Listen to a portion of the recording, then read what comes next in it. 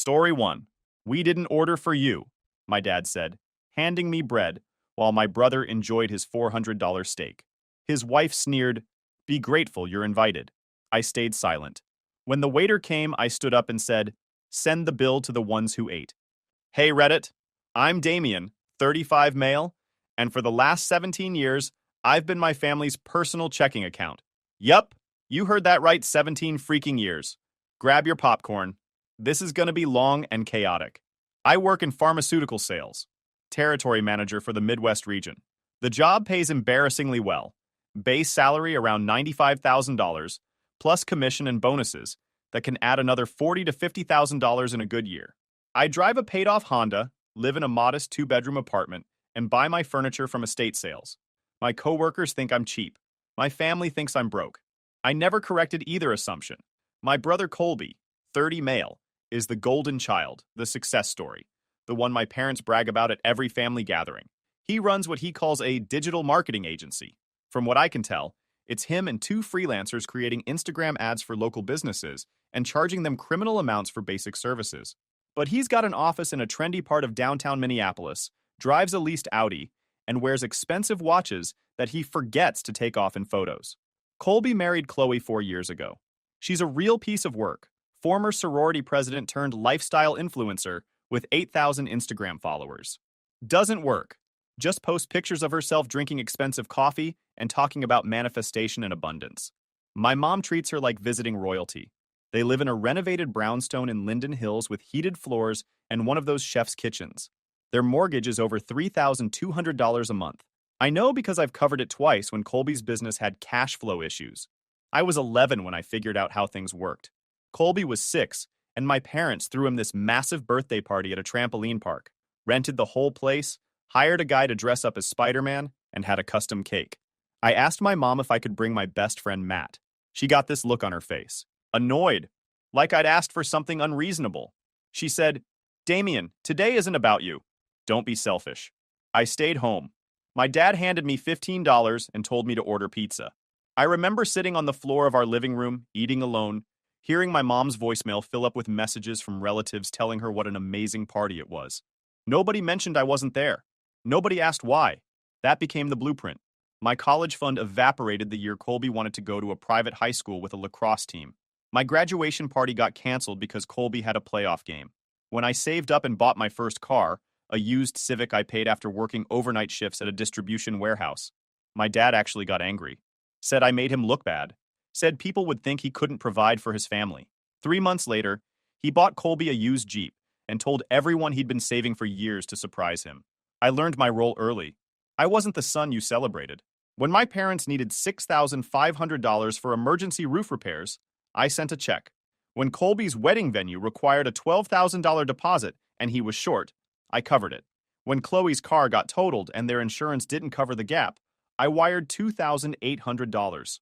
When my dad's medical bills from a minor surgery piled up, I paid them $4,200. Nobody thanked me.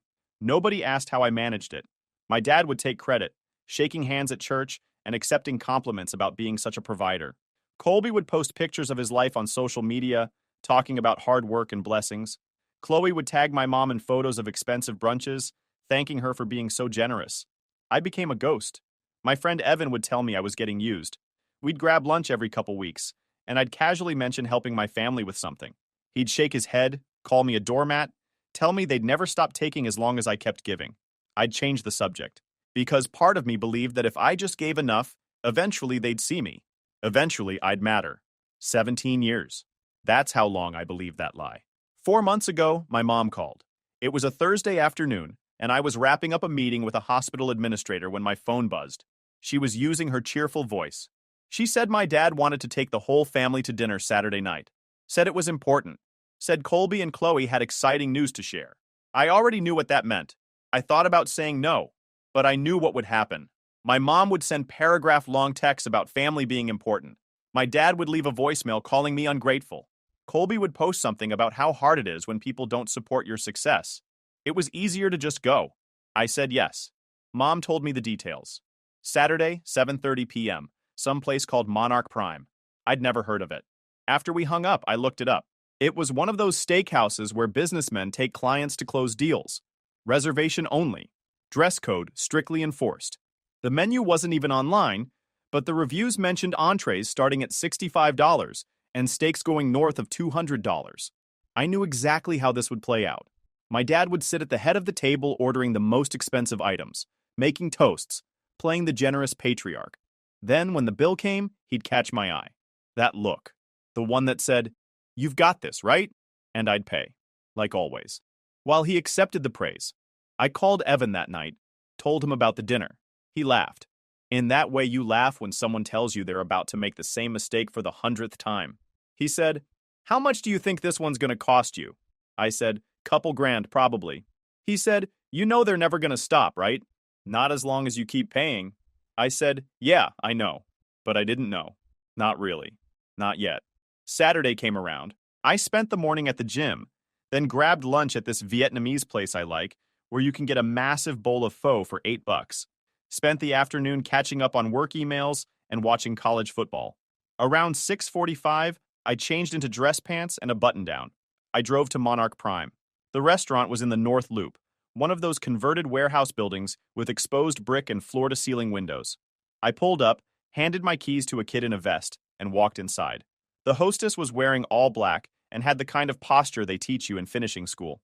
I gave her my dad's name. She smiled and led me through the dining room. Everything was dark wood and leather, dim lighting, quiet conversations. The kind of place where the silence itself cost money. They'd reserved a corner table near the windows overlooking the city. I was the first one there. Sat down facing the door, ordered water, didn't touch the bread they brought out. My family arrived 15 minutes late. Together! My mom was wearing a dress I'd never seen. My dad had on a full suit. Colby and Chloe looked like they'd stepped out of a Neiman Marcus catalog. Colby's suit probably cost more than my rent. They walked past me toward the table. My mom was waving at someone across the room. My dad was scanning the restaurant. Colby was on his phone. Chloe was adjusting her hair. Nobody said hello. Nobody acknowledged I existed. They settled into their seats, shrugging off jackets, setting down purses. My mom leaned toward Chloe and whispered something that made them both laugh. Colby ordered a drink before looking at the menu. My dad flagged the waiter and started asking about the drink list. I sat there, hands folded, waiting for someone to notice me. The waiter came with drinks, poured them into 4 glasses. My parents, Colby's, Chloe's, skipped mine completely. My dad didn't notice. Then the menus arrived. Heavy leather-bound things with gold lettering. I opened mine and went straight to the prices. Appetizers were $28 to $55. Cheapest entree was $58 for chicken. There was a pasta for $48. I figured that was my best move.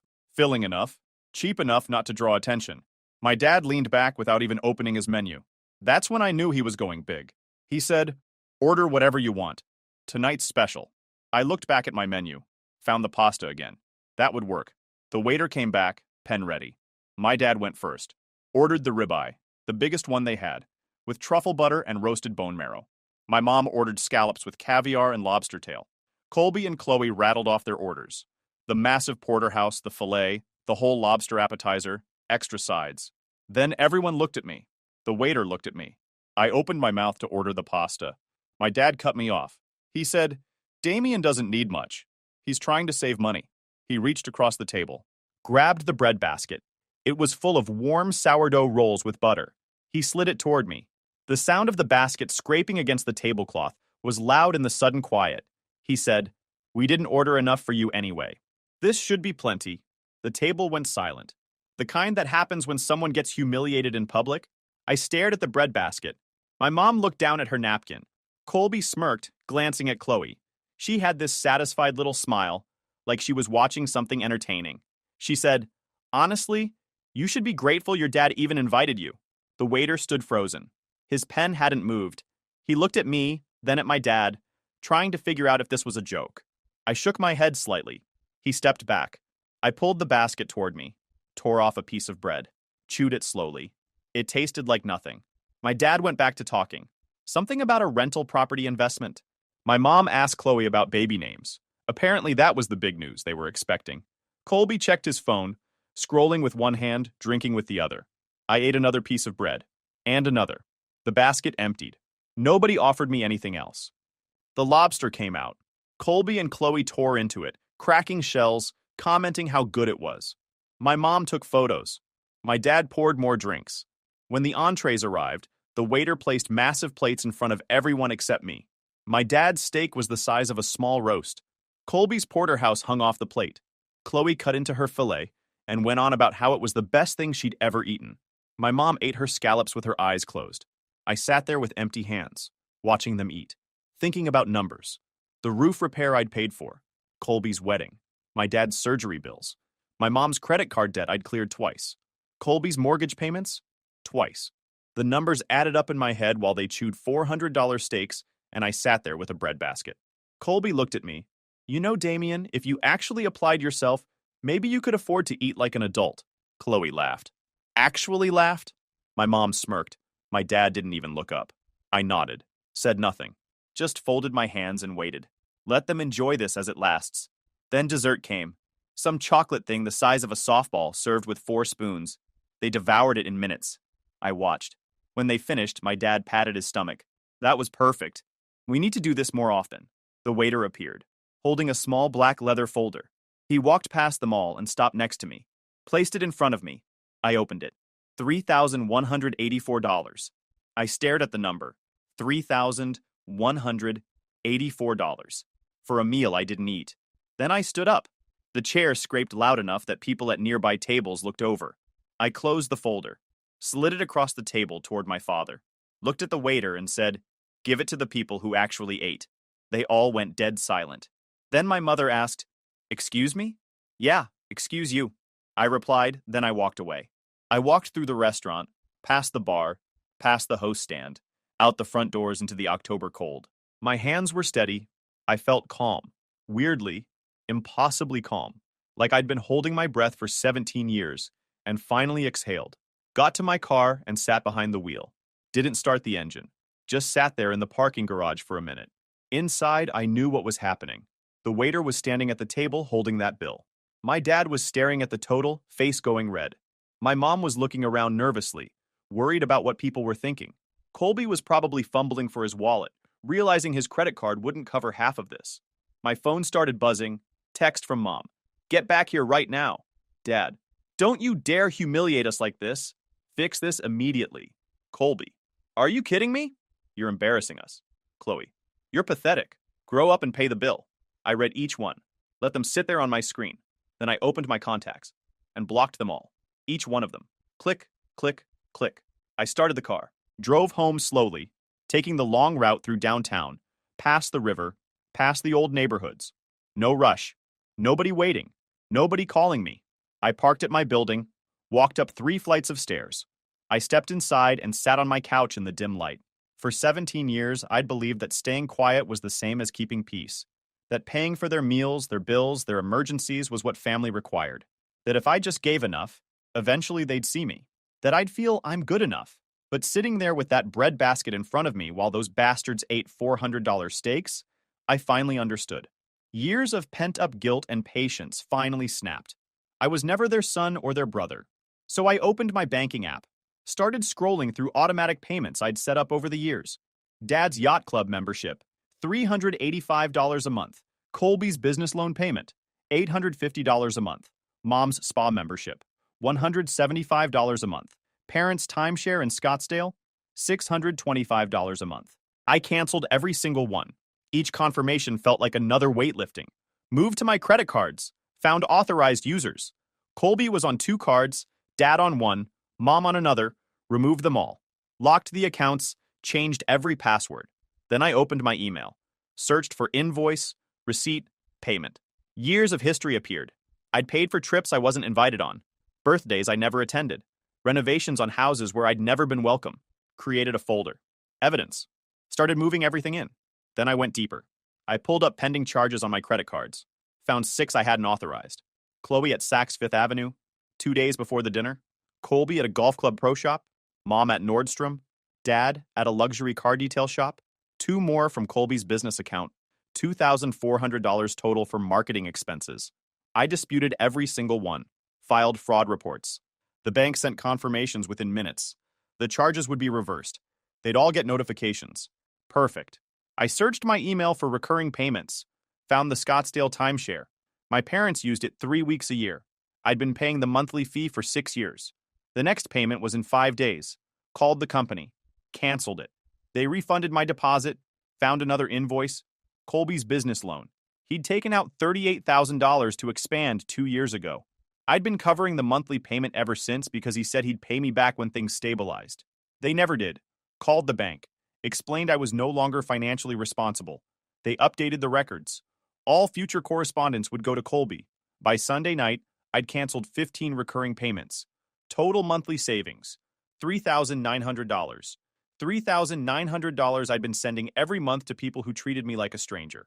Monday morning, I drafted an email to my extended family. Aunts, uncles, cousins, who'd probably start getting calls from my parents soon. I'm dealing with a personal matter and need space.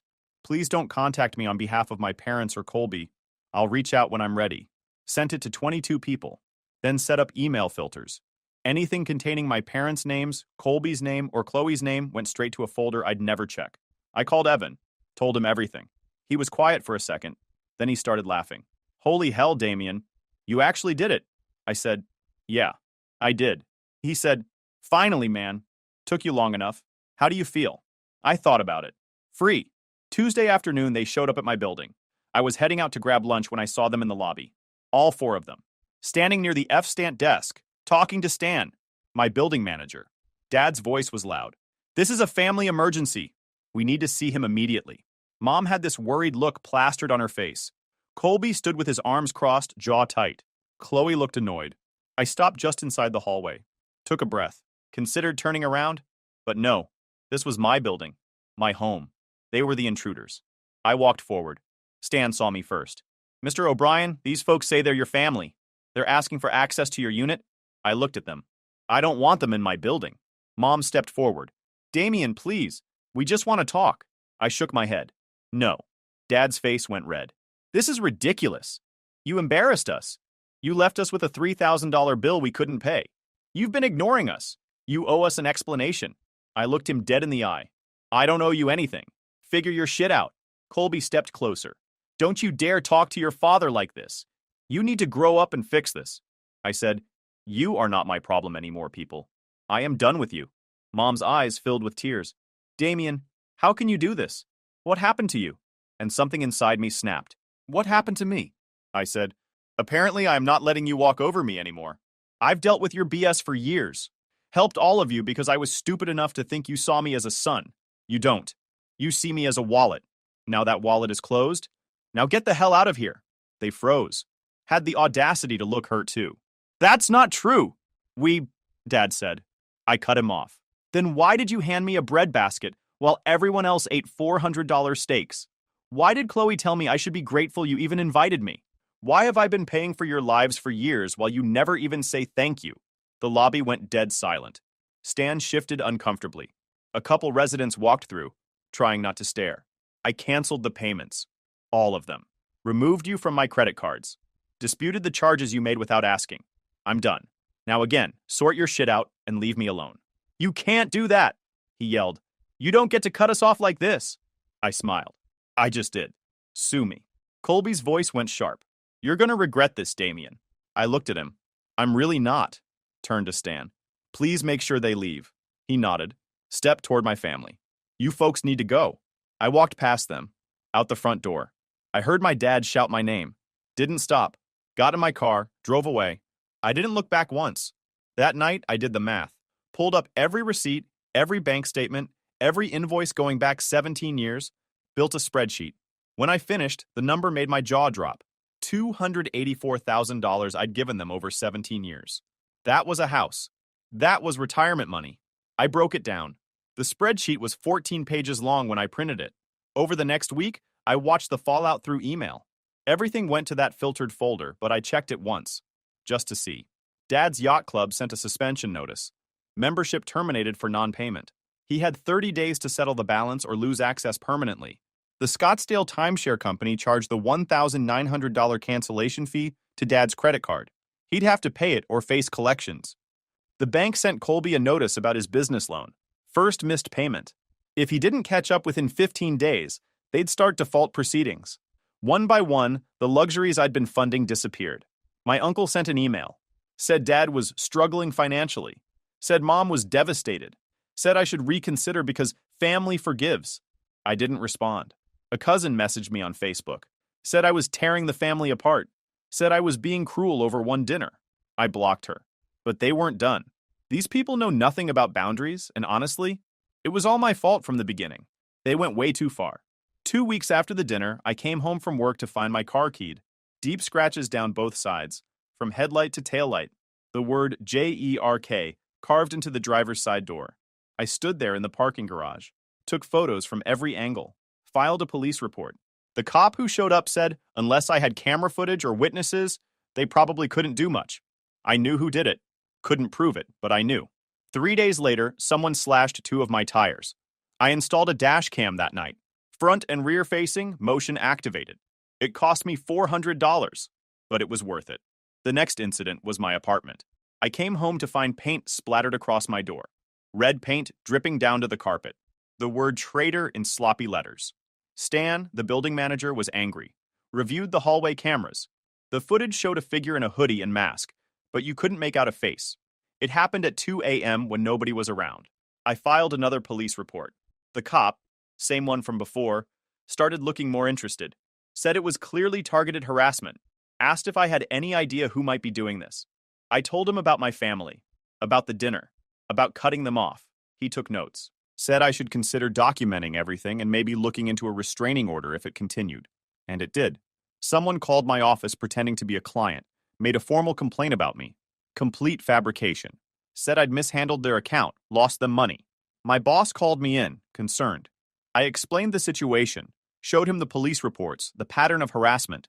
He believed me, but I could tell he was worried. Then they went after my reputation.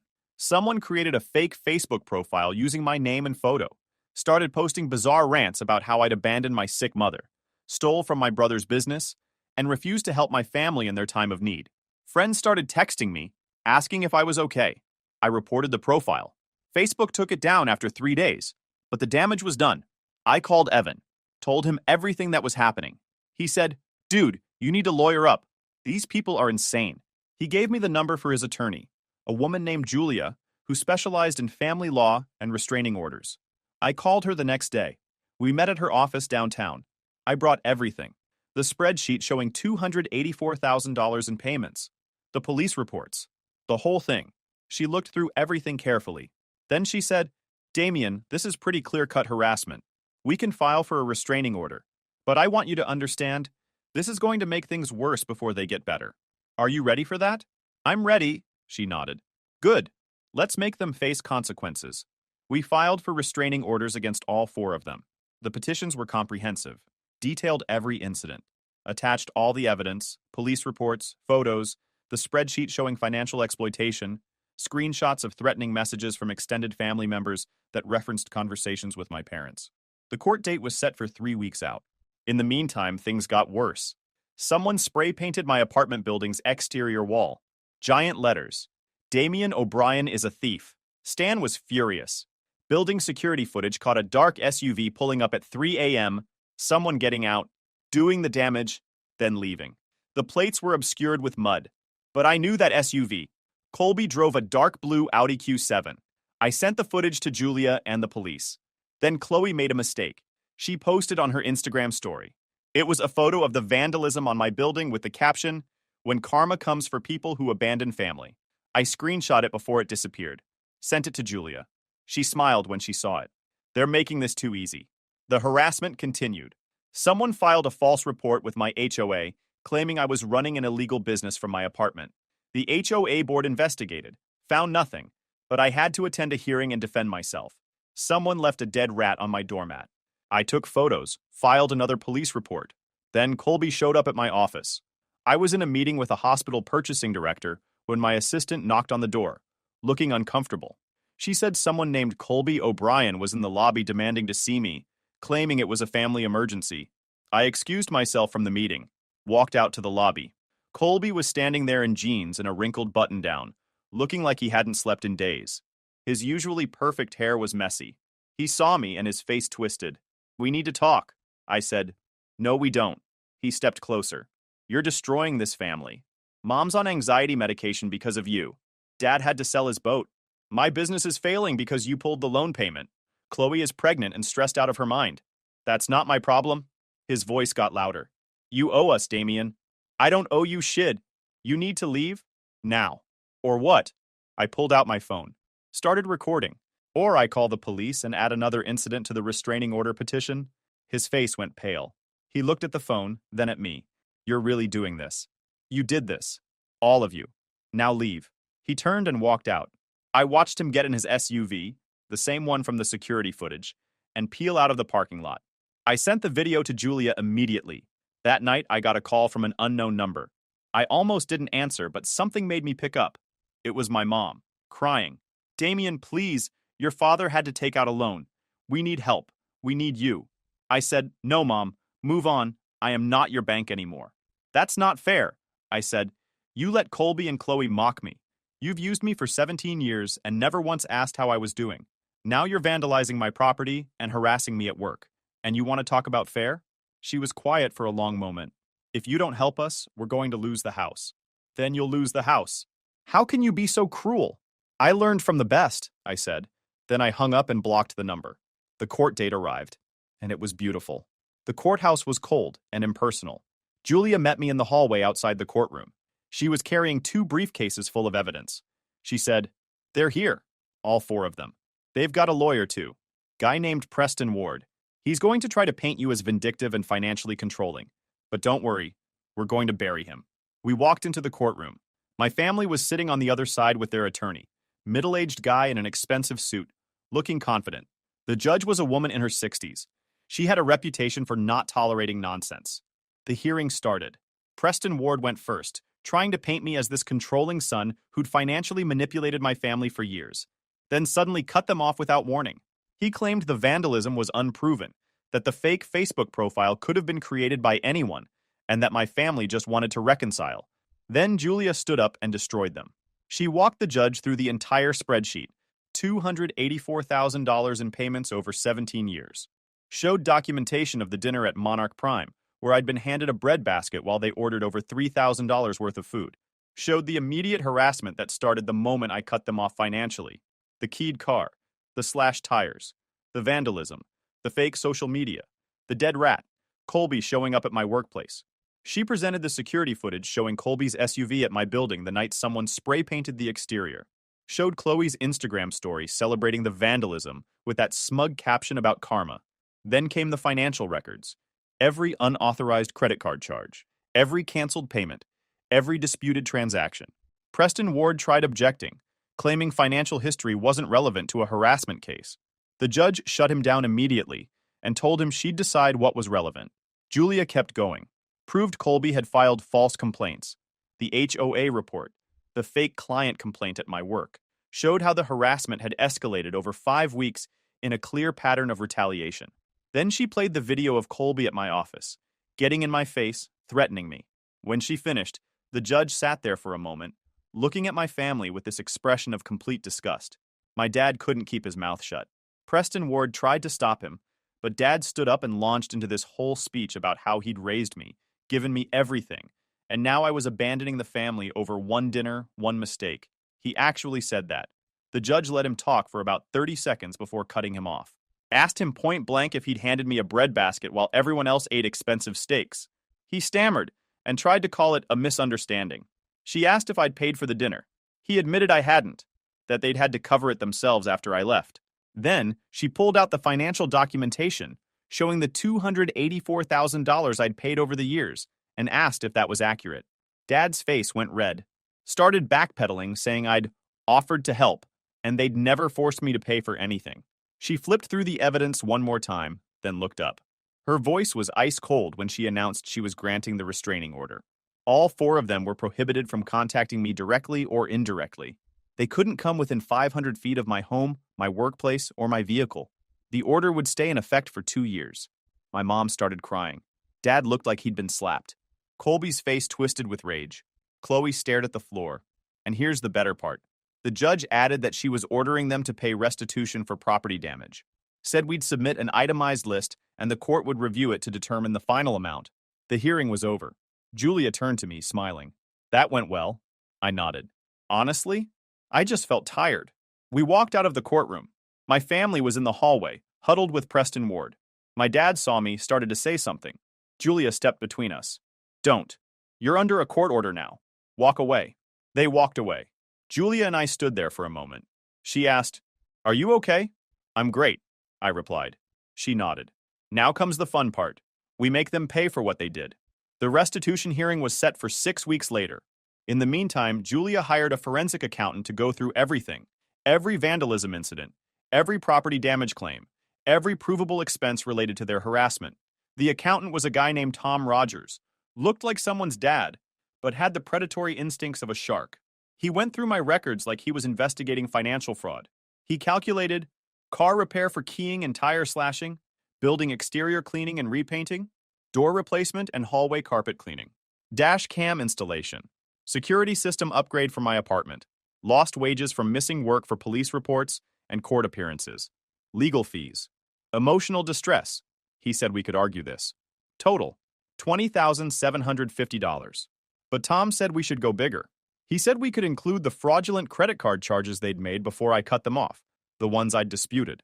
That added another $5,690. And he said we could argue for punitive damages based on the pattern of harassment. Julia agreed. We submitted a claim for $32,000. My family's lawyer tried to fight it, claimed the amounts were inflated, claimed emotional distress wasn't quantifiable, and that I was trying to financially ruin them. The hearing was in front of the same judge. Tom testified first, walked the judge through every single expense, line by line, showed receipts for everything, showed police reports that matched up with the dates. Everything. Preston Ward tried poking holes during cross-examination. Tom didn't budge. Had documentation for everything. Then Julia called me to the stand. I walked through the whole story. 17 years of being the family ATM, the dinner, the harassment that followed when I finally said no. Talked about how it affected my work, my mental health, and my ability to feel safe in my own home. Then Colby took the stand. Preston had advised against it. You could see it on his face, but Colby insisted. Got up there and immediately started this rant about how I'd always been jealous of him, how I couldn't handle that he was more successful, how I'd manipulated our parents into thinking I was the victim. Julia just let him hang himself with his own words for a solid 5 minutes. Then she asked one simple question. Did you vandalize your brother's property? No, I didn't. Julia showed the security footage. Is that your vehicle? Colby froze. It looks like mine, but I let someone borrow it that night. What friend? I don't remember. Right. When testimony wrapped, the judge didn't waste time deliberating. She announced she was awarding me $24,000 in damages and restitution. The amount covered documented property damage, lost wages, legal fees, and emotional distress. The four of them would split it equally, $6,000 each. Payment due within 90 days, or she'd authorize wage garnishment. My dad jumped up, started protesting that they couldn't afford it. The judge shut it down, gavel down, done. I walked out of that courthouse with Julia beside me. She smiled. They're going to have to sell things, downsize, actually face consequences for once. I nodded. Good. 3 months later, I got a check in the mail. $24,000. Certified check from an attorney's trust account. They'd paid. I deposited it, then I took half of it and donated it to a financial literacy nonprofit that helps young people learn about budgeting and avoiding toxic financial relationships. The other half I kept. Used some of it to take a 2-week trip to Japan, something I'd always wanted to do, but never did. I didn't post about it on social media. Didn't tell anyone except Evan. Just went. Ate incredible food. Saw temples. Walked through cities where nobody knew me. When I got back, my apartment felt different. Lighter.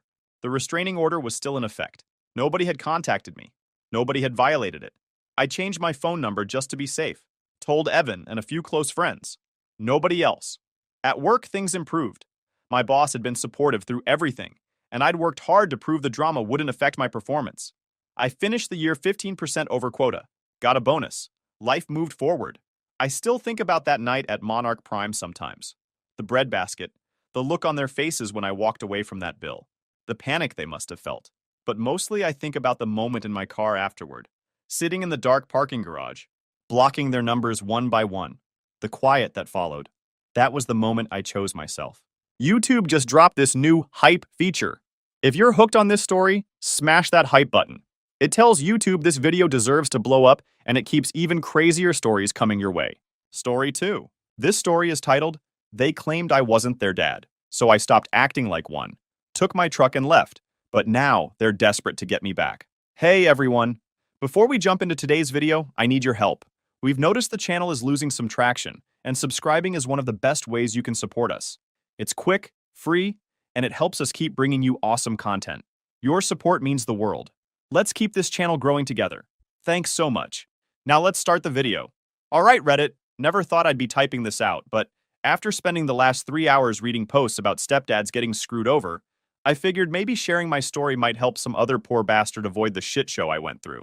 Warning, this is going to be long AF and probably full of typos, because I'm running on zero sleep and typing this on my phone in my truck. I'm 41, male now. Been driving trucks since I was 23. Started with nothing but a CDL and a dream of owning my own rig someday. Worked my ass off, lived in that truck, saved every penny until I could buy my own Peterbilt. Was doing pretty good too.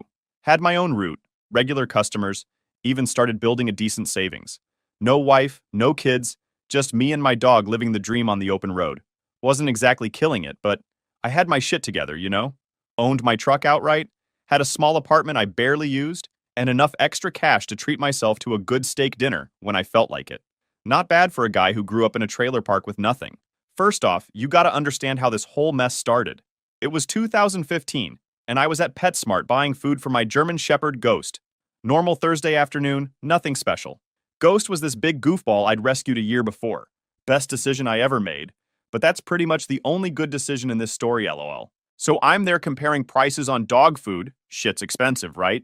When this kid literally slams into my legs at full speed. I mean, this little dude was booking it. Ghost, being the gentle giant he is, just starts wagging his tail like crazy. This kid, Liam, was like 4 or 5, all energy and no brakes. You know the type. He's wearing this Spider-Man t-shirt that's seen better days, and has this toy car clutched in his hand that he apparently thought could outrun my dog.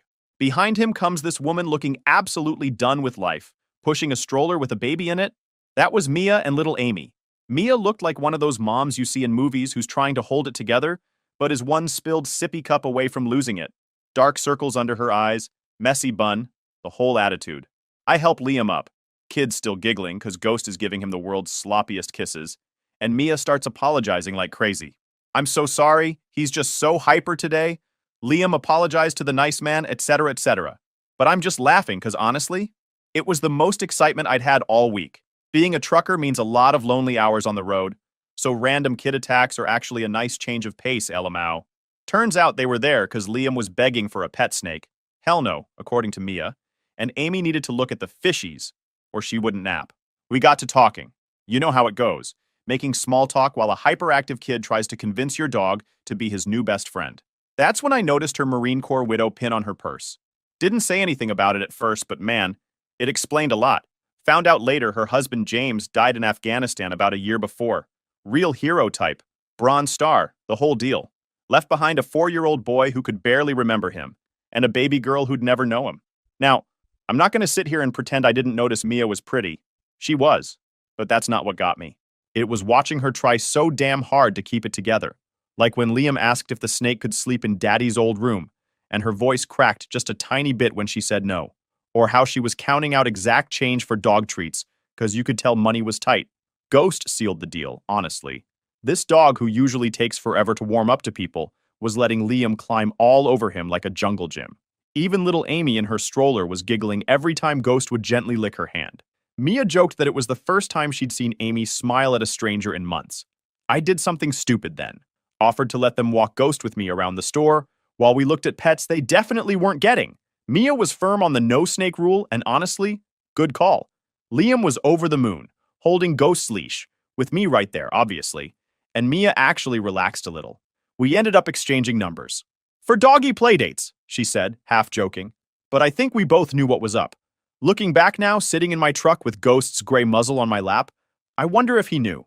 That dog always was smarter than me. He loved those kids right away, but every time Mia came around, he'd get this look. Not growling, nothing aggressive, just watchful. Should have paid more attention to that. But you know what they say about hindsight being 20/20 and all that bullshit. Guess your dog can't protect you from your own stupid decisions, even if he tries. Anyway, those first few months after meeting Mia were Man, I don't even know how to describe them. Started with those doggy playdates we talked about. I'd bring Ghost to this little park near their apartment complex, and Liam would literally vibrate with excitement every time he saw us pull up in my truck. Kid loved that truck BTW. Thought it was the coolest thing ever that I drove a monster truck.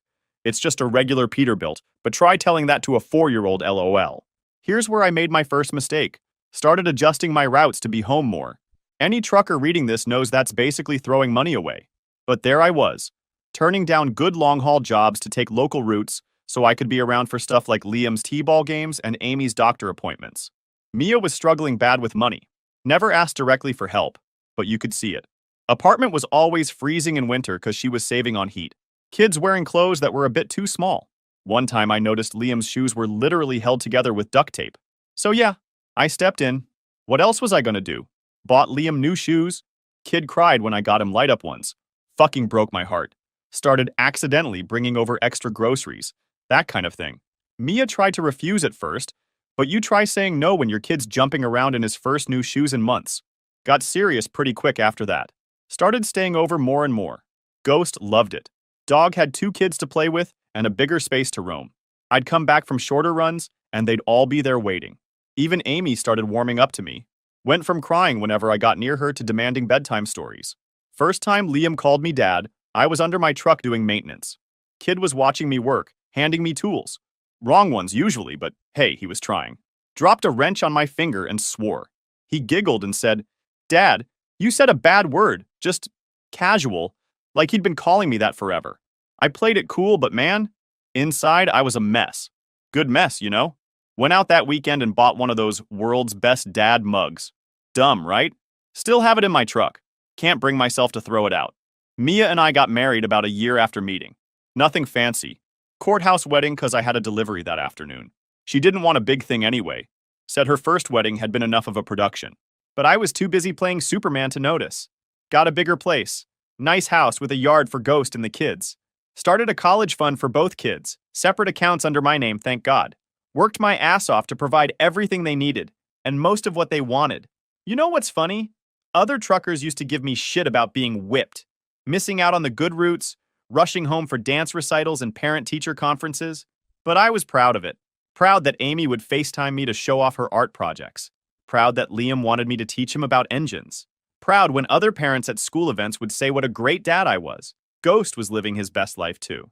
Had his own spot on the couch, that Mia hated but tolerated. Followed the kids everywhere, even had playdates with the neighbors' dogs. But he never quite warmed up to Mia. Wouldn't growl or anything, just kept his distance. Wouldn't take treats from her. Wouldn't cuddle with her like he did with the kids. Should have paid attention to that. I started noticing little things about Mia too. How she'd introduce me as the kid's stepdad instead of her husband. How she kept a picture of James, her late husband, on her nightstand, but wouldn't put up any photos of our wedding. How she'd talk about James to anyone who'd listen, brave Marine, hero, perfect father, but would change the subject if anyone asked what I did for work. But hey, the kids seemed happy, house was paid for, and I had what I thought was a family. Ghost had his humans. I had my ready-made family. Life was good. Now, remember how I said Liam was this sweet kid who thought my truck was the coolest thing ever? Yeah, well, teenagers are a whole different ballgame. When he hit 17, it's like first time I noticed something was really wrong was when I got back from a 3-day run. I'd busted my ass to make it home for his football game, even turned down a better paying route to be there. Walk in the door, Ghost running to greet me like always, and I hear Liam talking to his friends in the kitchen. Nah, my real dad was a Marine. Won a Bronze Star and everything. This guy's just my mom's husband. I felt like someone slapped me on the face. This was the same kid who used to beg me to take him to the truck yard, who'd sit in my rig for hours while I taught him about engines. Now suddenly I'm just my mom's husband? But it got worse. Amy, 14 by then, started copying everything her brother did. Eye rolls, heavy sighs whenever I walked into a room, the works. One time I asked her to clean up her mess in the kitchen. You'd think I'd asked her to donate a kidney or something. Why should I? You're not my real dad. There it was. That fucking phrase. Started hearing it more and more. Every time I tried to set any kind of rules or boundaries, "You're not my real dad." Every time I tried to help with homework or give advice, "You're not my real dad." I started to feel like it was their new favorite song or something. And Mia, she just checked out. Always on her phone, always too busy to deal with it. One time, I actually heard her on the phone with her friend, laughing about how the kids were just going through a phase and how they obviously missed their real father. Real father? They don't even remember him. Like I hadn't been the one there for every fucking thing for the past 8 years. The worst part? I started noticing how Mia would talk about me to her friends. Oh, he's on the road a lot. Or he drives trucks, always said in this apologetic tone, like she was embarrassed. Meanwhile, she'd talk about James, dead husband, like he hung the moon. James was a war hero, and James would have wanted this and that. Even started affecting my relationship with Ghost. Used to be, he'd sleep in the kids' room sometimes. They'd fight over who got him each night. Now they'd push him away, say their friends were coming over, and they didn't want dog hair everywhere. Only time they paid attention to him was when they needed something from me. Amazing how they'd suddenly become dog lovers when they wanted money or favors. But then, I started finding out about all these family things I wasn't invited to. Mia's family reunions, school events, even just dinners out. They'd wait until I was on a run, then go do family stuff without me. Would see the pictures on Mia's Facebook later, them all smiling, having fun, being a real family while I was out earning the money that paid for it all. One night, I confronted Mia about it. She just looked at me with this pity, like I was some dumb truck driver who didn't understand how things worked. They're teenagers, they need space. And you're gone so much anyway. Yeah, gone busting my ass to pay for their private school, their phones, their cars, because apparently my truck wasn't good enough for them to be seen in anymore. Gone working extra routes to afford the lifestyle they'd gotten used to. It was like watching something rot from the inside out. On the surface, everything looked fine. Nice house, nice cars, kids in good schools. But underneath, it was all going to shit. Ghost knew. He'd started doing this thing where he'd put his head on my lap whenever I was home, just staring at me with those knowing dog eyes, like he was trying to tell me something. But I wasn't ready to listen yet. But then, things went from bad to worse. Like, my tools would go missing from the garage. Not just misplaced, straight up gone. Liam used to help me maintain my truck, knew exactly which tools I needed most. Funny how those were always the ones that disappeared. Then my truck started having issues. Nothing major at first. Scratch here, dent there. Could have been anything, right? But then one morning, I came out to find my fuel tank cap unscrewed. Not loose, completely unscrewed and sitting on top. Anyone who knows trucks knows how dangerous that could have been if I hadn't caught it. So I installed a security camera in the yard after that. Guess what I saw on the footage? Our precious boy Liam, 2 a.m., messing with my truck. When I showed Mia the video, you know what she said? Well, maybe if you were home more, he wouldn't act out like this. Yeah, that's when I started keeping receipts for everything. Every repair, every replacement tool, every single thing I paid for. My lawyer says that turned out to be the smartest thing I could have done. But here's where it really went sideways. Amy, my little girl who used to beg for bedtime stories, she started dating this college guy. Tim or Tom or whatever. Real piece of work. Trust fund baby type who drove a BMW his daddy bought him. Didn't think much of it at first. Not my business who she dates, right? Then I noticed she's not wearing the necklace I got her for her 16th birthday anymore.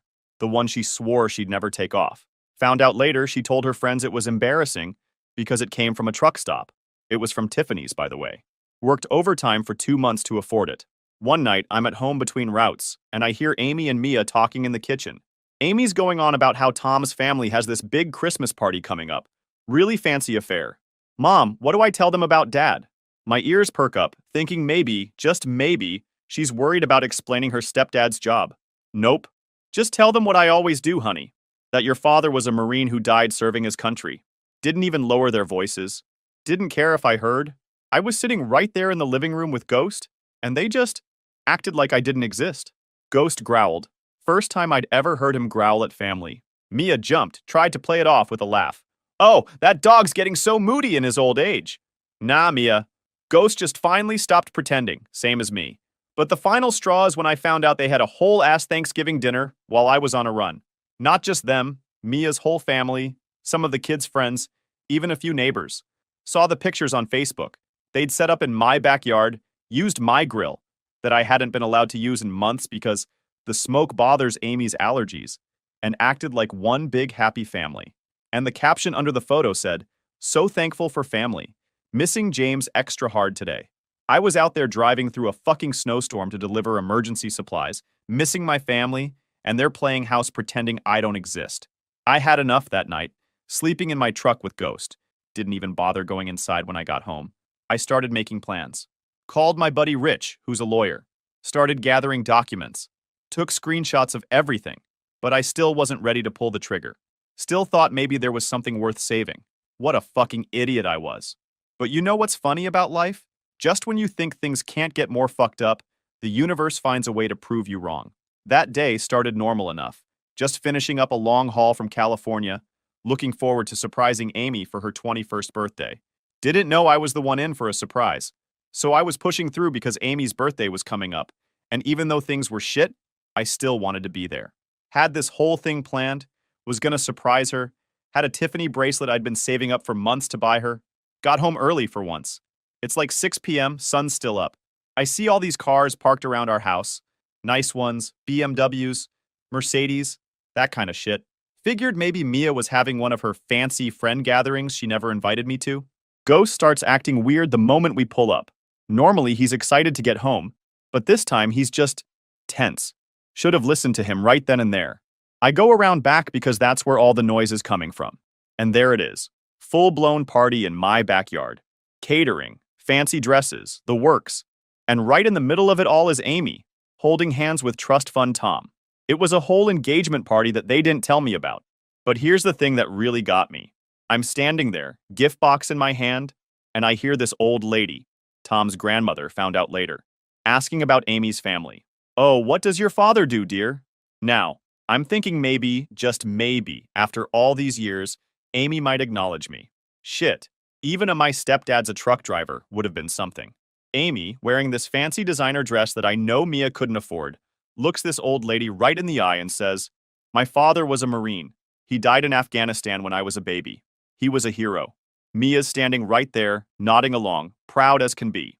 And then she adds, "James would be so proud of the woman Amy's become. He always wanted her to marry well." Marry well. Like being a working man who provided for their family for 15 years wasn't well enough. Then Tom's dad starts talking about the wedding plans. Big church wedding, country club reception, all that fancy shit. Then he says something about father of the bride traditions. Amy doesn't even hesitate. "Oh, my Uncle Steve, Mia's brother, will be standing in for my dad. He was my dad's best friend in the Marines." Fucking Steve, who I've literally never seen contribute a damn thing to Amy's life except showing up drunk to Christmas and telling war stories about James. I must have made some kind of noise because Ghost lets out this low whine. That's when they finally notice me standing there. The look on Amy's face, not shame, not guilt, just annoyance. Like I'd ruined her perfect moment by existing. Mia tries to play it off. "Oh, Jacob, you're home early. We were just..." But I'm not listening anymore.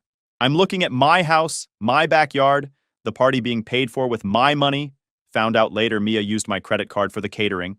Celebrating my daughter's engagement, and I'm not even supposed to exist. The bracelet box feels like it weighs 1,000 pounds in my hand. Ghost is pressed against my leg, doing that thing where he's trying to protect me, but also comfort me at the same time. Tom's mom, trying to be polite I guess, asked who I am. Before anyone can answer, I just turn around and walk away. Get in my truck, Ghost jumps in, and we leave. Spent the night at a truck stop about 50 miles away, just sitting there with Ghost, both of us staring at nothing. That night, I called Rich, my lawyer buddy, told him it's time. He just said, "Finally. I've had the papers ready for months." Honestly, after that engagement party bullshit, something in me just broke, or maybe fixed itself, depending how you look at it. Spent that whole night in my truck with Ghost, going through old photos on my phone, pictures of Liam's first baseball game, Amy's dance recitals, all that family stuff I thought we had. But here's something most people don't get about trucking. It's not just some dude driving a big rig down the highway. It's a fucking business. Contracts, accounts, assets, the whole 9 yards. And while Mia and the kids were busy looking down their noses at the simple trucker, I was running that business like a goddamn CEO. That house they were living in my name. The cars they drove, my name. The credit cards Mia used to pay for that fancy engagement party, all in my name. Even the utilities were under my company's name because of some tax thing Rich set up years ago. But I played it cool, kept driving my routes, kept paying the bills, kept acting like nothing was wrong. Even sat through dinner one night where Amy and Mia were talking about wedding venues that cost more than my first truck. Just nodded along, playing the dumb trucker they thought I was. Meanwhile, Rich and I went through everything. Bank statements, property titles, credit card bills, all of it. Found some interesting shit too. Like how Mia had been writing checks to her brother Steve, the stand-in dad, from my business account. Or how Liam had been using my credit card to buy parts for his car that somehow ended up on his friend's ride. The best part? Mia never signed any prenup, but she also never put her name on anything important. She thought not taking my last name meant she was keeping her independence or some shit. Actually meant she had no legal claim to my assets. Rich laughed his ass off when he realized that. You know what really gets me, though? While all this is going down, they're still acting like I'm the bad guy. Liam's still messing with my truck. Caught him on camera again, trying to sugar the gas tank this time. Amy's still playing the poor, fatherless bride card to Tom's family. And Mia's still running her mouth to anyone who'll listen about how her first husband was such a hero. One night, I'm sitting in my study doing paperwork, running my own fleet now. Got 2 other drivers working for me. And I hear them in the kitchen. They're laughing about something, and Mia goes, "Well, at least the wedding will be paid for." It's not like he knows how to hide money. He's just a trucker. Ghost, who'd basically moved into my study with me at this point, looks up at me like, "You hearing this shit, Dad?" I just patted his head and kept working on transfer paperwork with Rich. What they didn't know is that I'd been moving money around for months. Legal-like, all above board. Rich made sure of that. But strategic. Setting up new accounts, redirecting business income, canceling credit cards, and creating new ones they didn't know about. Even started a whole new LLC for my growing fleet. The day everything was ready, I took Ghost for a long walk. Had to think about what I was about to do. Wasn't just about revenge. It was about taking back what was mine. My dignity. My self-respect. My life. You know what finally convinced me? Saw Amy showing off her engagement ring to her friends in the backyard. Big fancy thing that probably cost more than most people make in a month. She's going on about how she's finally going to have a real family once she marries Tom. That night, I made one last call to Rich. Do it. The plan we'd spent months putting together was finally going into motion. And let me tell you something about patience. You ever watch one of those nature documentaries where a predator just waits patiently, letting their prey think everything's fine until the perfect moment to strike? That was me that Tuesday morning. Told Mia I was heading out for a 3-day run the night before. She probably thought I was off being a good little trucker, earning more money for precious Amy's wedding. Hell, Liam was probably already planning what part of my rig to fuck with next. What they didn't know? I was parked just an hour away at my buddy's yard, watching everything unfold through the security cameras I'd installed. And boy, what a show it was. The lawyer Rich timed everything perfectly. The courier showed up right as Mia was having her morning coffee. 3 thick envelopes, each one a different kind of fuck you. Should have seen her face when she opened that first package. Divorce papers. But not just any divorce papers. We're talking a whole goddamn manuscript of their bullshit. Security footage of Liam's little vandalism hobby. Bank statements showing Mia treating my business account like her personal piggy bank. Screenshots of Amy talking shit about me online while flashing the designer crap I paid for. All of it, documented and notarized. Then came the eviction notice. Mia always acted so high and mighty about keeping her independence, not taking my last name. Never once bothered to check if her name was on the house deed, though. Funny how that works out. But the cherry on top? That 3rd envelope. Watching her face as she realized every credit card was canceled, every joint account closed, every asset transferred. All perfectly legal, all documented, all gone. Like watching someone realize they've been playing poker with a marked deck, and they just lost everything. The meltdown was biblical. First came Mia's calls, screaming about the wedding and the house, and how I couldn't do this to them. Then Liam, trying to act tough about the credit cards like he had any fucking right to them after what he did to my truck. Finally, Amy. Real waterworks about her special day being ruined, how Tom's family would think they're trash. Not one word about the years I spent being her dad. Not one "I'm sorry" in sight. Mia tried running to her fancy lawyer friends, but turns out they're not so friendly when they realize their client doesn't have a legal leg to stand on. No joint accounts, no joint property, not even a claim to that overpriced furniture she loved to show off to her friends. All bought with business accounts, all mine. Then Mia's brother Steve shows up, probably thinking he's gonna play tough guy. Remember Steve? The stand-in dad for Amy's wedding? Yeah, he wasn't so tough when my lawyer's associate served him with a cease and desist and a restraining order. Turns out threatening someone who keeps receipts isn't such a smart move. By sunset, Mia's crying to anyone who'll listen, Amy's playing victim on social media, and Liam's still making threats about my truck. Thanks for the written evidence, genius. But here's the best part. I made sure everyone knew why. Rich helped me put together a nice little information package for all their fancy friends and Tom's family. Everything laid out nice and neat. The vandalism, the theft, the lies about being a grieving military family while living off my work. Even threw in some choice recordings of them mocking my job. Tom's family? Old money types, real proper. They didn't take too kindly to finding out their future in-laws were a bunch of grifters. That fancy country club wedding suddenly got fucked up. The next few days I got hundreds of messages, threats, begging, guilt trips, you name it. I didn't answer a single one. Just sat in my truck with Ghost, watching karma do its thing through my phone screen. Drove by the house a week later, moving trucks in the driveway. Guess reality's a bitch when it finally shows up. Now sitting here by the lake where Ghost and I used to take the kids fishing. Ghost's sprawling out in the grass next to my chair, probably dreaming about chasing rabbits or stealing my breakfast sandwich like he did this morning. Been a year since everything went down, and sometimes I still can't believe how much has changed. Funny thing about hitting rock bottom, once you start climbing back up, you realize maybe you needed the fall to appreciate the view. Take my business, for example. Remember those 2 drivers I mentioned? Now there's 6 of us, all running solid routes, all trucks paid for. Amazing what you can do with your money when it's not being bled dry by people who see you as an ATM with legs. Couldn't keep the old house, though. Too many ghosts, and I don't mean the 4-legged kind. Found a smaller place near my truck yard instead. Got a big fenced yard where he can run, a garage where I can work on my trucks in peace, and most importantly, no drama walking through the door every night. People keep asking me about them. Guess everyone loves a good train wreck, right? Mia ended up moving in with her hero brother Steve. Funny how his heroic spirit dried up when she actually needed help. Last I heard, she's answering phones at some dental office. Turns out, just a trucker wasn't such a bad provider after all. Liam's working at his uncle's tire shop now. College wasn't so appealing once daddy's money stopped flowing. Kind of ironic, kid who thought manual labor was beneath him is now changing tires for a living. Life's got a sense of humor, I'll give it that.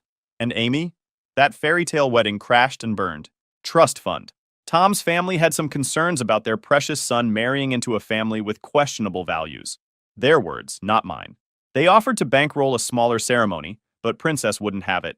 She's slinging plates at some chain restaurant now, living back with Mia. That Tiffany bracelet I bought for her birthday? Sold it. Got Ghost an orthopedic bed instead. Best trade I ever made. The messages still come sometimes. Mia's essays about how I destroyed the family go straight to Rich's evidence folder. Amy tried the I miss you dad routine on my birthday. Funny how that word only matters when they need something. Liam? Radio silence. Good. You know what's weird though? I don't feel anything for them anymore. No hate, no love, just nothing. But life keeps rolling. Fleet's growing. Got good people working with me who actually respect what we do. Got a date next weekend too. Owns a diner on one of my regular routes. She's got her own business, her own life, and get this. She actually thinks what I do is something to be proud of. Ghost gave her the paw of approval, which is really all the review I need. And you know what? After all this, I realized something important. Being a provider doesn't make you a father, and being a father doesn't mean being a doormat. Sometimes the family you think you're building is just a house of cards. And sometimes, Ghost just dropped his ball in my lap for the 100th time. The only family you need is the one that's been lying at your feet all along. Ghost is giving me that look now. The one that says, enough with the heavy stuff, Dad. Let's play. Think I'll take his advice. After all, he's been right about everything else. Edit 1. Ghost says thanks for all the love. He's currently snoring in his fancy new bed, living his best life. Final edit. To everyone fighting their own battles. It gets better. Keep your dignity, document everything, and never let anyone shame you for honest work. Ghost and I have an early route tomorrow, so we're signing off. Remember, sometimes losing a fake family is worth finding yourself. Story 3. My husband and kids abandoned me after catching me cheating. Well, what did you expect them to do? Now let's get into this story, and you can see this dates back to May 4th of 2021. This woman starts out and she says, please reserve judgment on my situation until you listen to my entire post. I know what I've done is wrong and is 100% my fault. I'm not placing blame on anyone else. I'm just trying to see if there's a way I can save my 19-year marriage or if my relationship with my husband is beyond repair. I'm a 38 female. Call me Francine and my husband. Call him. Ray is 44. We got married when I was 19. A month after I gave birth to our daughter. Call her Libby. Libby is now 19 years old. Nearly 1 year to the day later, I gave birth to our son. Call him Craig. Both kids now attend the same college, 5 hours from us. Though we married, young, broke, and had a child. Ray and I managed just fine. We had a great life from the start. Ray has a good job now and has always been a great provider, husband, and father, even in those early days. I also now work 3 days a week, Monday, Wednesday, and Friday. We have plenty of money, own our own home, and have a decent savings. Our family was rock solid, and my husband, kids, and I were an unbreakable team until I fell under the deception of a very dark person. See how she's already painting her app as being this dark and deceptive person? It all started innocently enough. We have a dog, and she's part of the family too. As mentioned before, I work Monday, Wednesday, and Friday, so I'm home on Tuesday and Thursday. I take our dog to the dog park on those days, on the days when I work. Ray comes home on his lunch break and walks our dog, and we both walk her on the weekends. One Tuesday at the park. About 3 months ago, I met a man there. I'll call him Leonard, age 37. Now enter the stage, Leonard. And you know who Leonard's going to be? His dog. And our dog became playmates. Leonard mentioned that he had seen me there several times with my dog, but I didn't remember seeing him. Out of coincidence, we started running into each other at the park every time I went there. Was it really a coincidence, or were you going there when you knew he would be there? I believe the latter. With each interaction, we talked more and became casual friends. Nothing inappropriate, just shooting the breeze with a fellow dog lover. In fact, at dinner one night, I told my husband about my interaction with this man named Leonard from the dog park and asked if he'd ever seen him there. My husband said no, and I told him that Leonard's dog and our dog are now besties. My husband laughed, and nothing more was said about the subject. Time went on, and then things began to change between Leonard and I. About 2 months ago, one day at the dog park, Leonard and I were talking, and he mentioned that he lived in the luxury apartment complex nearby. The complex is about a quarter mile from the dog park and about a half-mile walk from my house. I told him the apartments looked so nice on the outside and asked him what were they like on the inside. I told him a friend of mine was interested in possibly renting there, which was true at the time. Leonard asked me to walk over to his apartment with my dog and have a quick look and take pictures for my friend. I knew I should have politely refused, but I said okay. Of course you did. Once I stepped through the door of his apartment, I knew I had crossed a line of inappropriateness. Leonard showed me around and I stayed for maybe 10 minutes, thanked him, and then said I needed to get home. With that, he asked if he'd see me next Tuesday at the park. I said yes and left. This was the point where I started cheating on Ray, as when I went home that night. I didn't tell him about my visit to Leonard's apartment. Instead, I was even more attentive to my husband. Fixed him a great dinner and cuddled with him on the couch until we retired to our bedroom. We had a great night, and I put that there is a red flag for this husband because all of a sudden now she's giving you more attention and more love in there. On one of these evenings during the week, and you gotta kinda think to yourself, okay, why out of the blue is she doing this? Could this be love bombing for something she's done and she's making up for? Yes, that is what the situation is. So you always have to keep your eyes open to that, guys. The following Tuesday, I met Leonard once again at the park, and we talked for nearly 2 hours. At the end of our conversation, I told him we need to back off our friendship, as we have gone beyond what is appropriate. He said he knew this, but told me it felt so right, and that we had unbelievable chemistry. Here again, I could have pulled back and ended things, but instead I agreed with him. Things moved quickly from there, and the following Tuesday, I spent the afternoon with Leonard at his apartment, having intimacy. See how quickly it happens, guys? Surprisingly, early that evening, I felt a little guilt or remorse for what I'd just done. Instead, I felt a high level of desire and passion for my husband. And we had a beautiful night together. That's what I say to that. That is just so sick. She just was with this lover of hers, and, he wasn't wearing protection, I guarantee it. 99% of the time, these women do not require their lover to wear protection. So that is just sick. It's gross. It's disgusting. And I have nothing more to say about that. And that's also a red flag, because again, here she is giving you all this attention and all this love. And out of the blue, as a man, you got to sit back and ask yourself, why out of the blue is she doing this, writing this out? Now I'm just disgusted with myself, as you should be. But I must be truthful. Leonard and I continued meeting at his place every Tuesday and Thursday until midday this past Friday, nearly 2 months to the day when I started the physical relationship with Leonard. So she was having a physical relationship with this Leonard twice a week for 2 months, let's say at least 15, 16, 17 times. She was with this guy. And with a new relationship like that, they're doing everything possible in that bedroom. I should have realized something was not right with my husband as 2 weeks ago. I noticed an abrupt change in his behavior, but I was too caught up in the fog of the affair to notice or even care. I guess it was then my husband started giving me short answers and not engaging with me. He also rejected my requests for intimacy several times and didn't initiate intimacy at all during this time. He also started working late, not coming home until after 8 o'clock. He'd say he and his coworkers were working on a big presentation and they were all eating takeout at the office. These big projects happened on rare occasions, but not for 2 weeks straight. When I pressed him, he just said it was a top secret project and that it would finish up on Friday. I bought his story and felt relieved that I would soon be getting my loving husband back. He promised to make up the lost time with me and promised we'd have an emotion-filled weekend. Well, let's just say the emotion was not what I expected. When I got home on Friday, there was a large manila envelope taped to the door with my name on it. When I got inside, I opened the envelope and nearly passed out. There were pages and pages of messages between Leonard and I on the fake name F-book accounts we had created to manage our affair communications. So you see how devious these cheaters are. They created fake Facebook accounts for the sole purpose of being able to message secretly with each other. Again, as I said on other videos, these affairs typically are not just spur-of-the-moment things. They're well thought out and calculated with a lot of planning that goes into them. So don't ever buy the excuse that it was a big mistake I made.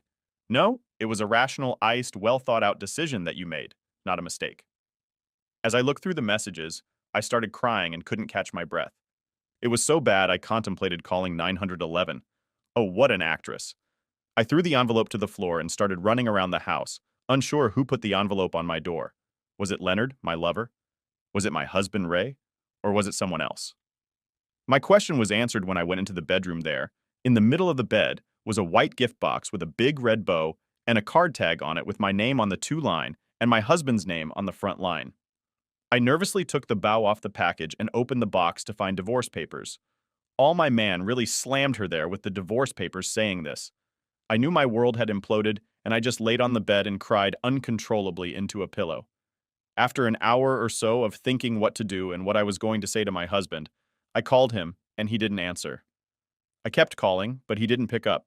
I then texted him, and again, nothing. I started pacing around the house thinking what I was going to do. I then called and texted my daughter and son multiple times, and they didn't answer, which was strange. A few minutes later, I got a text from my husband saying he knew everything, and so does our children and the rest of his family. And as of 15 minutes ago, so did my parents. He wrote that he has moved out and signed a lease on an apartment, and that I would next be hearing from his attorney. He ended the text stating, "Enjoy your new life with Leonard." My man zinged her there, and you see what he was doing for those weeks where he was giving her the cold shoulder. He was actually meeting with his attorney, getting everything ready. He was also going out looking for apartments, apparently, and leased an apartment. This guy was done once he found out his wife was cheating. He basically washed his hands of her after reading this. I cried for hours, only stopping to answer a call from my mother. Instead of comforting me, she tore into me, not letting me speak a word, and then hung up on me. I kept calling her back, but she didn't pick up. I called my dad and he answered. I asked to talk to Mom, and he said she didn't have anything further to say to me now. My father then told me he was so disappointed and ashamed of me, saying he never dreamed his daughter could do such a thing. This broke me and I started crying, telling him I was sorry. He was silent as I blabbed on and on. After I finished, he told me to get myself together and do better. I told him, "Okay, Daddy, I will." And we ended the call. At this point, I was too embarrassed to confide in my friends or another family member, so I just sat alone, crying in my bedroom. I thought I'd better call Leonard, that's her lover, to advise him that our relationship was over, and for a comforting shoulder to cry on. When I called him, he first asked why I was calling from my phone and not using our fake F-book accounts. I came right out and told him my husband knew about us, and he's divorcing me. The only thing Leonard said was, "Oh no, he knows how." I told him I didn't know. Leonard asked, "Did he find your Facebook account?" I said he must have. Leonard then said, "Did you sign out? What happened?" I told him I didn't know. He then asked if my husband knew who he was. I told him yes, as he mentioned you by name in the text I received. Leonard said zero shit and then just started screaming the F word loudly over and over to the point where his dog started barking. He then said, "Okay, look, I'm sorry this happened, but you were sloppy. Let's cut all contact and delete our accounts and phone numbers. Hopefully you can save your marriage. Don't call me again." I was both surprised and sickened by his cowardice and just said, "Okay." And we ended the call. Just like that. There was no, "I'm sorry for destroying your marriage, Francine." No. "What can I do for you, Francine?" No, thank you. Just self-preservation talk from a shallow man. How could I have been so stupid to cheat on Ray with anyone, let alone a disgusting shell of a man like Leonard? I'm posting this at 3 a.m. on Tuesday morning, if that tells you something. I've taken the week off to focus on getting my husband and kids to talk to me so I can apologize and we can heal and move forward. Does anyone have any suggestions for what to do next? My soul is crushed, and I'm completely alone. I've lost everything but my dog as a result of my actions. Have any of you who strayed been cut off so quickly by your spouses? I mean, Ray is gone and wants nothing to do with me. I understand how bad he feels, but to just cut me out of his life and file for divorce over one stupid mistake seems so extreme. Please help. Francine. So you see two things she's doing here, guys. She's minimizing what she did, she's calling it one stupid mistake, and she's placing all the blame on this lover of hers, Leonard, calling him all kinds of names and saying he's a shallow shell of a man type of thing. She's not taking responsibility at all, and she's trying to minimize it. Let's look at a few responses that she got from the community. But before we do that, I want to encourage you, if you're like in what you hear, hit that like button that will help get this video seen by people all over the world. Now let's take a look at some of those responses. The first one's from a woman. She says, Francine, don't beat yourself up. Too bad. What you did is instinctive. Not saying it's right, but natural. So she's saying cheating and having multiple men is natural. I, too, am working through infidelity, and thankfully, my husband is more understanding than Ray. He's been with me through all the highs and lows. Mr. Simp. Mr. Simp, she's got a simp for a husband. I've been in individual counseling, and he and I go to marriage counseling twice a week. I've been a wreck, but my hubby is my rock. Good luck, girl. The second one here is from a male. He says, wow, your husband just moved out and is avoiding you without even speaking. Was your marriage on the rocks prior? Have you cheated before? And therefore you knew your fate if you cheated again? Even so, if you were my wife, I'd at least have a discussion to get your side of the story before doing something so final. I think there's more to your story than you are sharing. That's what I thought when I first read this story. I'm thinking she's not telling us the whole story. I'd really like to talk with her husband to find out his side of the story here and what their marriage was really like before he found out she cheated, because I think there's more to this story.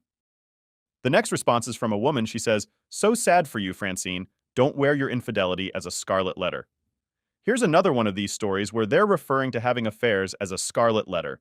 And that's not something you should have to wear for the rest of your life. Well, as we always say, once a cheater, always a cheater. She says, there's nothing wrong with you. You are only human like the rest of us. Now listen to what she says next. I cheated on my husband back in 1995. We separated for 6 months and then he came back to me. And we lived a happy life until I lost him last year. I still regret what I did, but I more than made it up to him. Did you really? I'd like to talk to your husband if he was still alive and find out what was he really feeling when he came back to you. I'm sure he wasn't completely happy as you're describing it. She says you can too. Basically saying you can make it up to your husband to stay strong. And now the final response here is from a man. He says, women like you are trash and don't understand how deeply you've wounded your husband. It's a pain that's never forgotten and one that will impact his life for years to come. My first wife cheated on me after 5 years and 2 kids. I immediately divorced her, got myself together, and 8 years later I'm remarried to a great woman. While my ex's life is a disaster, I wish your husband well, so he's not wishing her well. He's wishing her husband Ray well. Now she's got a series of updates, and we're going to find out how this thing all turns out. The first update is just from 3 days later. She says, I'm back on here because I need an outlet to deal with the pain I'm feeling now. I just got off a call with my kids as they were driving back to town. I finally thought after 3 days of ignoring my calls and texts, they were calling to talk to me and to let me apologize. Instead, I got berated, disrespected, and called terrible names. Words I've never heard either of my kids say. Libby was exceptionally cruel, and I think that influenced her brother. I apologized to them and said what I did was terrible, and 100% my fault. I reminded them what a great mother I had been to them and what a good wife I had been to their father until now. My daughter told me that I was great, but now I was terrible. The worst. She ended the call by saying that she and her brother would be staying with their dad this weekend and that I should not expect to see them at all. This saddened me beyond belief, as Sunday is Mother's Day, and my kids and my husband always made the day so special for me. This year I'm going to be all alone with my dog. I know a lot of what Libby and Craig are feeling is just the initial anger one feels after being betrayed. But I feel so awful about their reaction. I'm not looking for any pity here. I beg to differ with you. You are looking for pity, just some encouragement. Thanks to those who have sent messages of support, it really has helped me get through so far. I will update again as I'm able. Francine. Now she's got another update, and this is 3 weeks later. Okay? So 3 weeks later, she comes back and she says, I wanted to come back and provide an update as I've gotten many requests to do so. I've been going to individual counseling for 2 weeks now, and it has helped a lot. My counselor is a great woman, and she has really given me courage to keep moving forward. She told me that I've done everything I can at this point to mend the relationship with my family. Now listen to what she says next. You talk about selfish. The best thing for me to do now is just step back and wait. If they return, then we always had and will have love. If they don't return, then they never really love me again.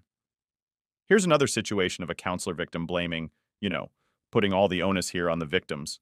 The victims being the husband and the children and letting the cheater off the hook, saying, oh, they should forgive you and take you back. If they don't, then they never really loved you. That is total BS, as you all know. She also suggested transcendental meditation, and I started going last week, and it has made me so much more at peace with myself and given me a sense of calm. I feel more in control of my mind now than ever before. So she's going and she's chanting and doing all these kind of things with that meditation. So that's where things are in my world at this moment. I'll update again if warranted, hoping in my next update, I'll be able to report that my husband and kids have welcomed me back, and we are again one happy family, Francine. And now she's got another update 4 months later. Well, it's been a while, but I'm back with an update.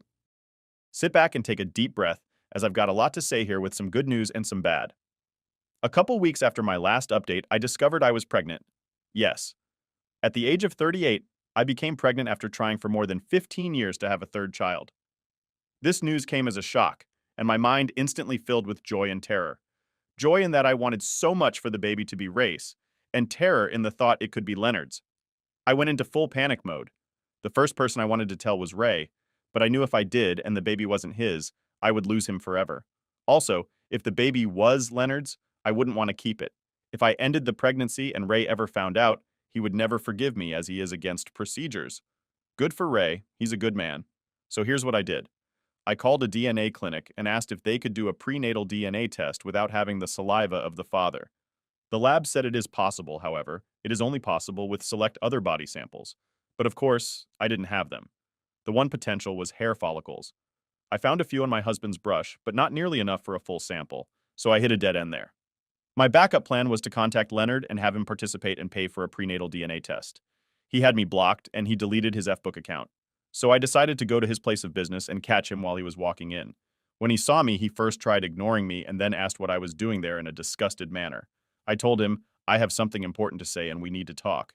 He said he didn't want to talk to me anymore and that he was sorry for breaking up my marriage. I said to myself, yeah, right. Why didn't you think about that before you relentlessly pursued me? You see how she's placing all the blame on her app and not accepting the responsibility fully? Like she said, I then blurted out, I'm pregnant and you are the father. He then started saying, oh no, woman, you are not going to baby trap me. I know this game too well. So this Leonard, her app, is a player, as you can tell. I told him to listen to me closely. I said, if you don't want me to walk into this office and go right to your HR department and tell them what you were doing when you should have been on the job, then you better do what I say.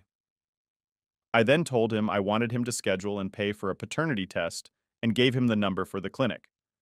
I told him if he didn't do this within 48 hours, I would go to his HR. So she gave him an ultimatum here. That evening, Leonard unblocked my phone and sent me a text saying he made an appointment for next Tuesday at 10 a.m. as he knew I was off on Tuesday. We met at the clinic office and didn't speak. They called Leonard in first and took his saliva sample, and then I went in and they drew blood. It took a week to get the results back, but it was well worth the wait, as Leonard was not the father. I fell to my knees in sheer joy and gave thanks to our Lord for blessing me and my husband with another precious child for which we've wanted for so long. I couldn't wait to speak to Ray, but I had no way to reach him as he had me blocked, and I still didn't know where he was living. And at this point, my kids were still avoiding me and barely speaking to me. I texted him, my daughter and son, and told them that I had something very important to tell them and asked if they could set up a three-way call. My daughter kept texting me, asking for what?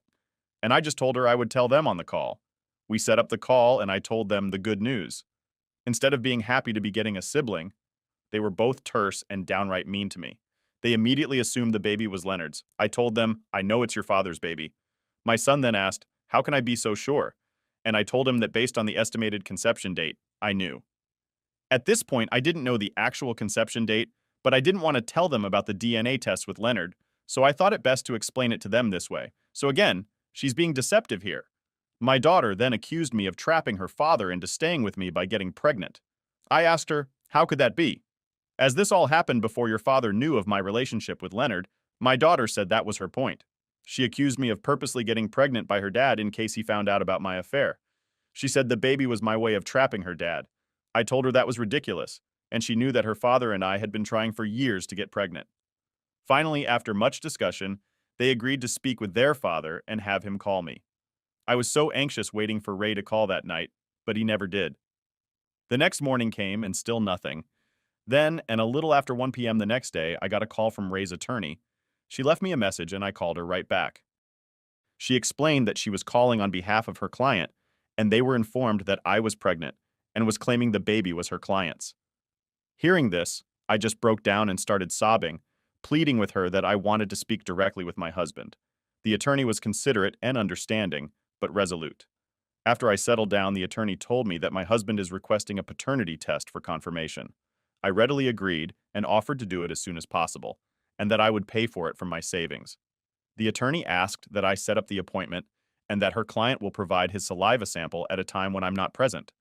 I agreed, but cried all night over the fact that Ray thought I would lie to him about something so special.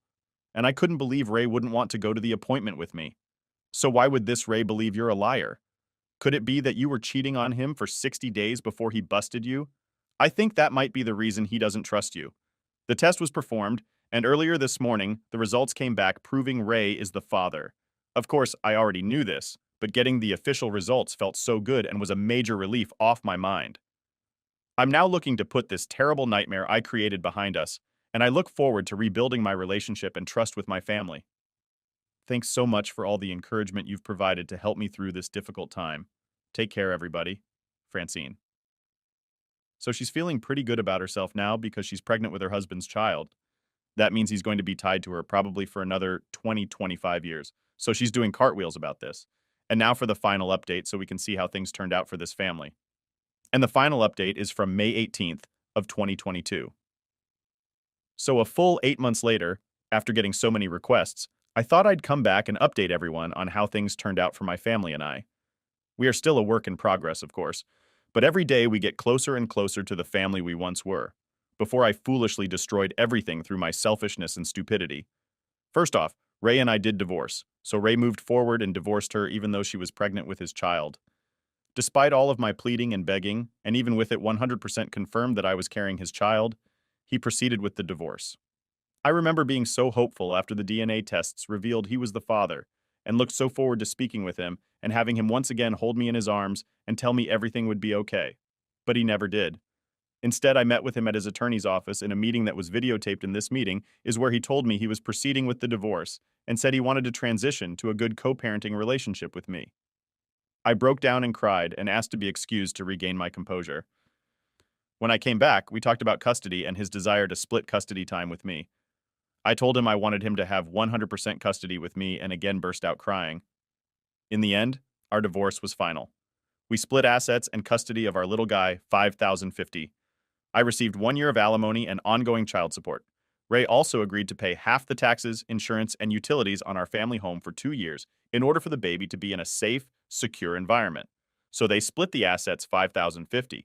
But it looks like they're holding on to the house for a couple of years before they sell it so they can give the baby a stable environment, a family environment before having to uproot.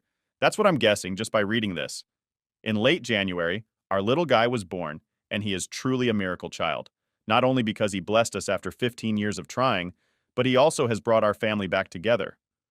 My relationship with my daughter Libby and my son Craig is back to normal, and they are doting siblings to their little brother. Libby even came into the delivery room to be with me while I gave birth. Since the birth, both my kids have been coming home from college every weekend and take turns holding the baby. My husband Ray has also been at my house every night since the birth. He comes over straight from work and stays with me until I put the baby down for the night. Yesterday, he brought a takeout dinner for the two of us. Each of us ate while the other held the baby, and I gave this a big thumbs down. What I see happening here is that she's slowly just reeling him back in. You know, he's got this, I'm sure, precious little baby. He wants to spend all the time with the baby, and eventually what's going to happen? This is my prediction. He's going to be with her night after night after night, and then slowly they're going to get closer. Like now, he's buying her dinner. And then the next thing you're going to know, they're going to be hugging and then kissing goodnight. And then he's going to be spending the night, and then he's going to be back with her. The thing I would tell him, use extreme caution. And number two, don't get remarried. While we didn't eat together, she says, I see this as a very positive development. See what I mean? He and I are on very friendly terms and have not mentioned the affair or the divorce. I also have never pushed him or spoken about the two of us getting back together. I'm still in IC individual counseling, and my counselor told me to give him space and not talk about our relationship, which I have. And it seems to be working every day that goes by. I'm getting my loving husband back, little by little. See what I'm saying? She knows she's just slowly reeling him in like a fish on a fish line. I've done the same with Libby and Craig. If I do get Ray back as a husband or even a life partner, you can be sure I will never do anything to jeopardize our relationship. He and my kids are my world, and I will do everything to show them how much I value and cherish them. That's all I have for now. Yes, I'd like things to go back to the way they were, but that's not possible. So I'm just appreciating what I have now, which is pretty damn good if you ask me. This will likely be my last post unless Ray and I officially reunite. If that happens, I'll be back to give everyone the good news. Thanks again to everyone who supported me through this. Francine. So that's her story. Now, I wanted to cover the moral of this story, and there are multiple points I wanted to highlight. Number one, and I said this up front, love bombing is a big red flag indicating your significant other may be trying to make up for something awful they've done.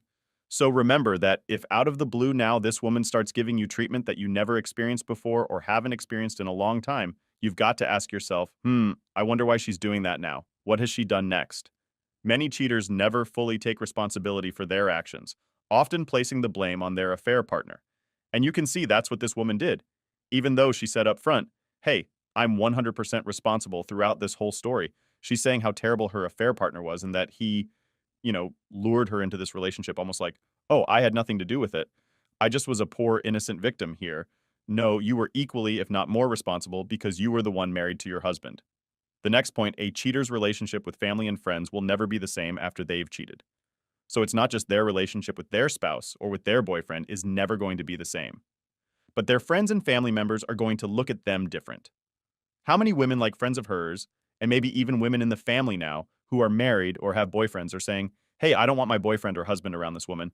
She may try to do the same thing with my husband or with my boyfriend, So everybody's looking at her differently, and they will look at her that way for the rest of her life. And then finally, it's best to divorce and provide your kids with two happy homes versus staying together in a miserable one. So those are my thoughts on this story. Now I want to hear from you. What did you think of this story, and how do you think this Ray handled the situation? Do you think his wife is slowly reeling him back in? Do you think he's going to remarry her, or maybe he will get back into a relationship with her? Let us know in the comments. Story 4. My mom banned my son's 9th birthday because my sister's kids didn't feel special enough. So we packed that night and disappeared. A year later, the cousins saw how happy my kid was, and my sister couldn't handle it. The meltdown that followed shattered the family. Hey, Reddit. I never thought I'd be airing family drama online, but here we are. I need to get this off my chest. Grab your popcorn and listen to this train wreck. It gets worse than you think. By the way, I'm dyslexic. Sorry if I stumble through some words. Bear with me, please. I'm Owen, 37 male. A licensed general contractor making solid money, enough to live a comfortable life. Here's the thing about being the family workhorse. Nobody notices you're carrying all the weight until you just stop. And by then, they're too busy blaming you. Before anything, let me give you a quick background so you understand the family dysfunction. My older sister Kylie is what you get when participation trophies meet pure delusion. She's a freelance makeup artist, which basically means she does maybe 3 weddings a year and acts like she runs a Fortune 500. Always talking about building my empire, from her McMansion that her husband's tech salary pays for. Everything with her is a performance. I don't even hate her, honestly. That would take way more energy than she deserves. But I stopped respecting her around the time she told someone at a family dinner she was self-made, while I was literally on a ladder installing her whole security system, for free. The lack of self-awareness was impressive. Mom kept score like she was running a casino. Every little success got tallied up, but the game was rigged from day one. Kylie could post a selfie and Mom would act like she just cured cancer. I could wire an entire house and get a, "You're good with your hands, son." Dad was somehow worse because he pretended not to pick sides. Switzerland in cargo shorts. He'd watch Mom play favorites and just sit there, except for occasionally mumbling, "Now, honey," when it got too obvious. just enabling the whole thing while calling it peacekeeping. This pattern started when we were kids. I'm talking like 10 years old watching Kylie get private tennis lessons while I'm out mowing lawns for $5. Mom said it was teaching me work ethic. Right. Kylie needed lessons to develop her talents. I needed character building through manual labor. Funny how that works. By 15, I was doing handyman work for cash under the table. That's actually where I learned the trade. This old guy who hired me, Vince Caruso, built like a fire hydrant, could frame a wall faster than most people could measure one. He taught me that electrical systems don't lie. They either work or they don't. I met my wife Anna at a service call. Midnight on a Thursday, her security system was freaking out, and the alarm company couldn't figure it out remotely. When I showed up, she offered me cold pizza and apologized for the mess in her living room. We got married at the courthouse with grocery store flowers and her roommate as witness. The photos look terrible. The memory's perfect. Kylie married Colin at some resort in Napa. Full videographer, signature cocktail, one of those dessert walls with like 14 options and a hashtag that rhymed. Mom cried and told everyone it was the pinnacle of her motherhood. At my wedding, she took one photo and bounced before we even cut the cake. So when Evan was born, I held him in that hospital room and had this crystal clear moment. My entire job is to make sure this kid never feels like a footnote in someone else's story. We don't have much, but we've got rules. Don't lie. Don't keep score. Don't let people weaponize kindness against you. My family runs on small favors that aren't actually small. Install Kylie's doorbell and cameras. Fix Dad's garage opener and get it on Wi-Fi. Pick up takeout because Kylie's makeup client ran late. Babysit the cousins because Kylie has a consultation. At first, I said yes to everything because that's what you do, right? You keep the peace. You pay the family tax. But the tax kept going up and I never got a receipt. So I started tracking it to have proof that I wasn't crazy about how lopsided this whole thing was. January through August last year, 42 hours of labor, parts and materials, $378. Reimbursed, $0, 0 cents. 0 thank yous that didn't immediately get followed by another request. The worst part? They'd just schedule me like I was on their payroll. Text at 7 a.m. on a Saturday. Can you come by at 9? Garage door opener died. No, if you're free or when you have a chance. Just straight up expectations. And if I said I had Evan's soccer game? Well, can you come after? It'll only take 20 minutes. It never took 20 minutes. Minimum an hour, usually 2 once they started with the while you're here additions.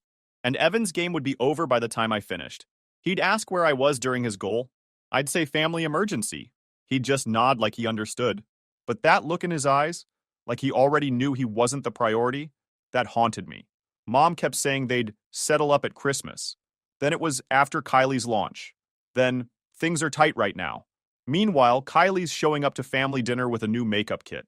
But it's not even about the money. It's the assumption behind it all. Our schedule's negotiable, theirs is set in stone. Evan's needs are flexible, their kids' feelings are like constitutional rights. Our boundaries are selfish. Their demands are family obligations.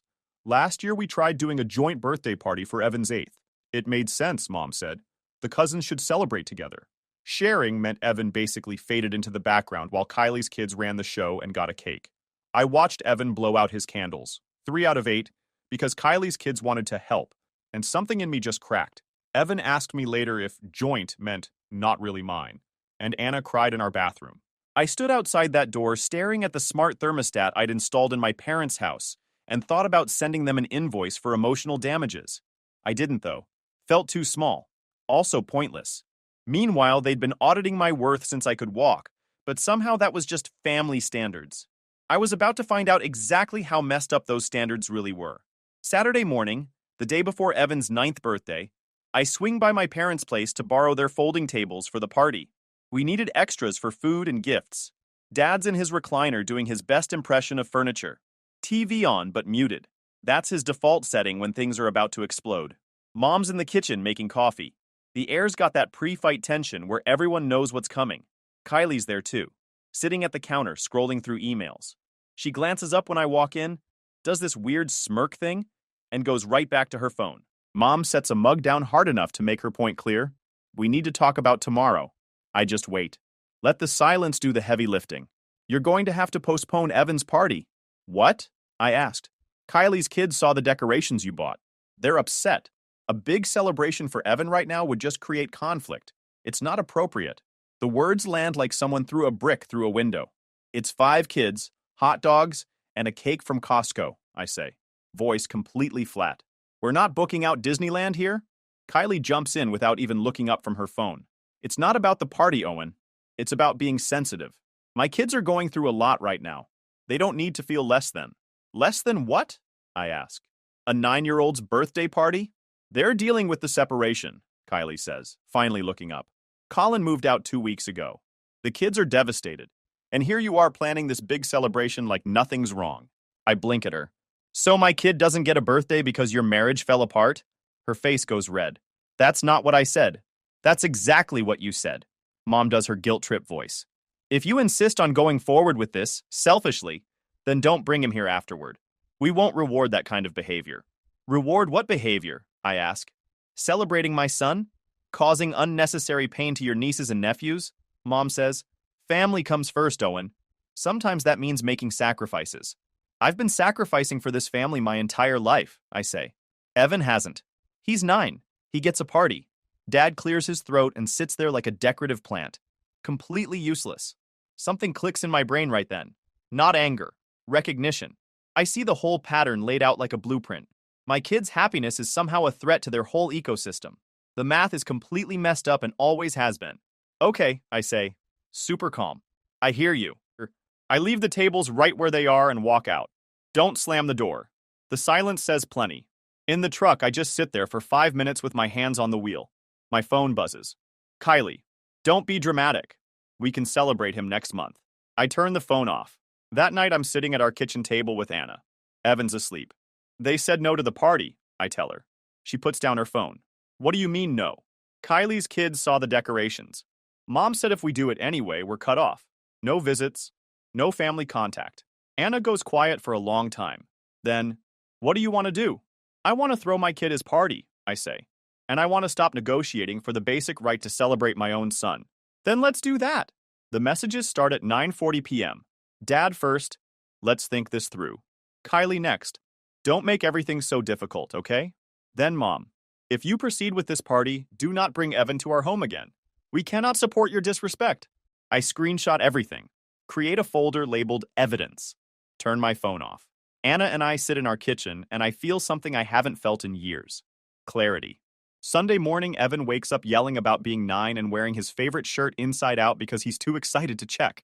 We frost the cake together. At 8:52 a.m., Mom calls. I let it ring. 9:15 Kylie. 9:30 Dad. The call log looks like a hostage situation, but I'm too busy tying balloons to a fence post to give a single care. Time to throw my son a party and watch my family completely lose it. We set up at the community park near our apartment. Reserved the pavilion for $60. Hung a banner that said, Evan's 9th in letters he'd colored himself.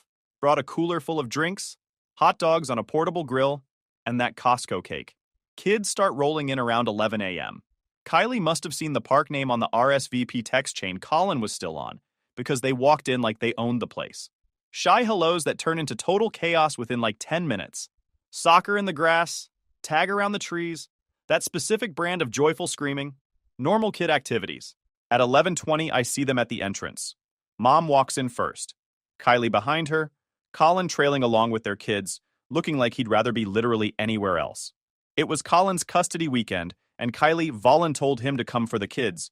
Dad brings up the rear doing his Switzerland routine. Uninvited, uninformed, completely undeterred.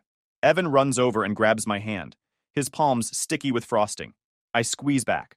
Mom surveys the setup like she's a health inspector. The paper plates, the gas station cooler, the homemade decorations. Her face does that thing where she's disappointed but trying to look concerned instead. Owen, she says, voice carrying across the whole pavilion. We warned you about the consequences. This is Evan's party, I say, calm as still water. Kylie steps forward with her phone up. Look, I'm not trying to cause drama here, but this is incredibly selfish. My kids have been crying all morning, Owen, because you had to prove a point. I'm celebrating my son's birthday, I say. That's not a point. Mom tries the guilt angle, her signature move. After everything we've sacrificed for you, sacrificed what? I ask. She blinks like I just asked her to solve calculus on the spot. We raised you. We gave you opportunities. You gave Kylie opportunities. You gave me chores. Don't mix things. One of Evan's friend's moms is watching this whole thing go down. Soccer mom type with a minivan and sensible shoes. She catches my eye and mouths, "You okay?" I nod. She positions herself between mom and the kids. Kylie jumps in. "Oh my god, are you seriously playing the victim card at a children's birthday party?" "I'm playing the host card," I say. "At my son's party. That you weren't invited to." Colin clears his throat. "Hey man, can we just... let's be adults about this." "I am being an adult," I say. "I planned a party for my kid. You guys showed up uninvited and tried to make it about yourselves. Clear who needs to act like adults." Mom's eyes widened. "How dare you speak to us this way?" Dad tries to step in. "Son, maybe we should all just take a breath." "Don't son me," I say. "You sat there for 37 years watching this happen and said nothing. You don't get to play mediator now." The kids have all stopped playing, just standing there in awkward silence, watching adults absolutely ruin a perfectly good Saturday. I hate that, but I also know this needs to happen. I crouch down to Evan. "You okay, buddy?" He nods. "You want them to stay?" He looks at his cousins, then at Kylie, then back at me. "I just want everyone to have fun." Smart answer. Diplomatic. He's 9 and already better at this than any of us. I stand back up. Look right at my mother. "You can stay and behave like guests. Or you can leave." "You're giving us an ultimatum?" she asks. Voice shaking with that manufactured hurt. "I'm stating boundaries. If that feels like an ultimatum, that says way more about you than me." Kylie tries to storm closer, but Colin catches her arm. She yanks free. "You know what? Fine. Enjoy your little party. When your son asks why he doesn't have a relationship with his grandparents, you can explain how your ego was more important than family." "When he asks," I say, "I'll show him the screenshots of you threatening to cut him off if I celebrated his birthday. I'll let him decide who actually valued family." Her face goes completely red. Mom looks like someone just slapped her. Dad's just staring at his shoes. I turn to the kids. "Who wants hot dogs?" The pavilion fills with enthusiastic yelling. Mom's standing there frozen. Then she snaps. "If you walk away from us like this, don't come back. Ever. We won't be disrespected in front of children. We won't be blackmailed in front of them either," I say. Kylie films herself walking toward the exit, probably already drafting the victim post in her head. "You'll regret this," she says over her shoulder. "I regret wasting 42 hours of labor on your whole house automation," I say.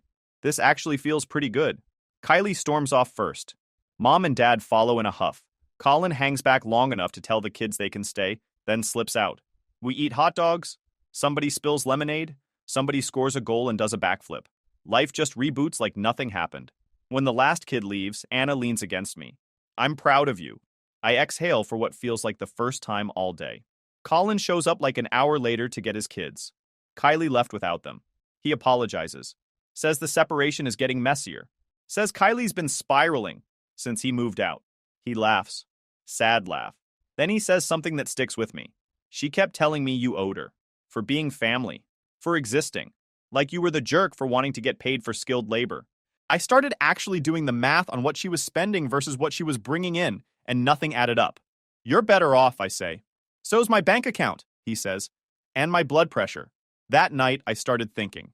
I knew we couldn't stay in this apartment that's only 15 minutes from their house. Not where they could just show up whenever they felt entitled to. Not where every grocery run risked an ambush. We clean up the pavilion, take our leftover cake home. That night, I'm sitting on our balcony that overlooks a parking lot, and I realize something important. We need to disappear. Completely. Time to go ghost. We pack like we're fleeing a crime scene. 2 duffel bags, 1 backpack, Evan's favorite Lego sets. Anna grabs our important documents. I take my tool bag and invoice book. Everything else can get replaced or just left behind. I call Vince, the old contractor who taught me the trade. Tell him we need somewhere to crash for a week, maybe 2. He doesn't ask questions. Just gives me the address to a rental property he owns on the east side of town. Says the tenant just moved out, and we can stay there while he looks for someone new. "No rent," he says. "Just keep it clean and fix anything that breaks." We leave our apartment at dawn. Don't tell the landlord. Don't forward our mail. We ate the deposit and a lease break fee that hit 2 weeks later. Paid it and called it tuition for Peace and Quiet 101. So we load up the truck and drive across town like we're entering witness protection. Vince's place is a 2-bedroom above a tattoo parlor. The stairs creak. The windows don't seal quite right, but it's 30 miles from my parents' house, and that makes it absolutely perfect. The buzz of tattoo guns and the smell of antiseptic become our new normal. Evan thinks it's cool.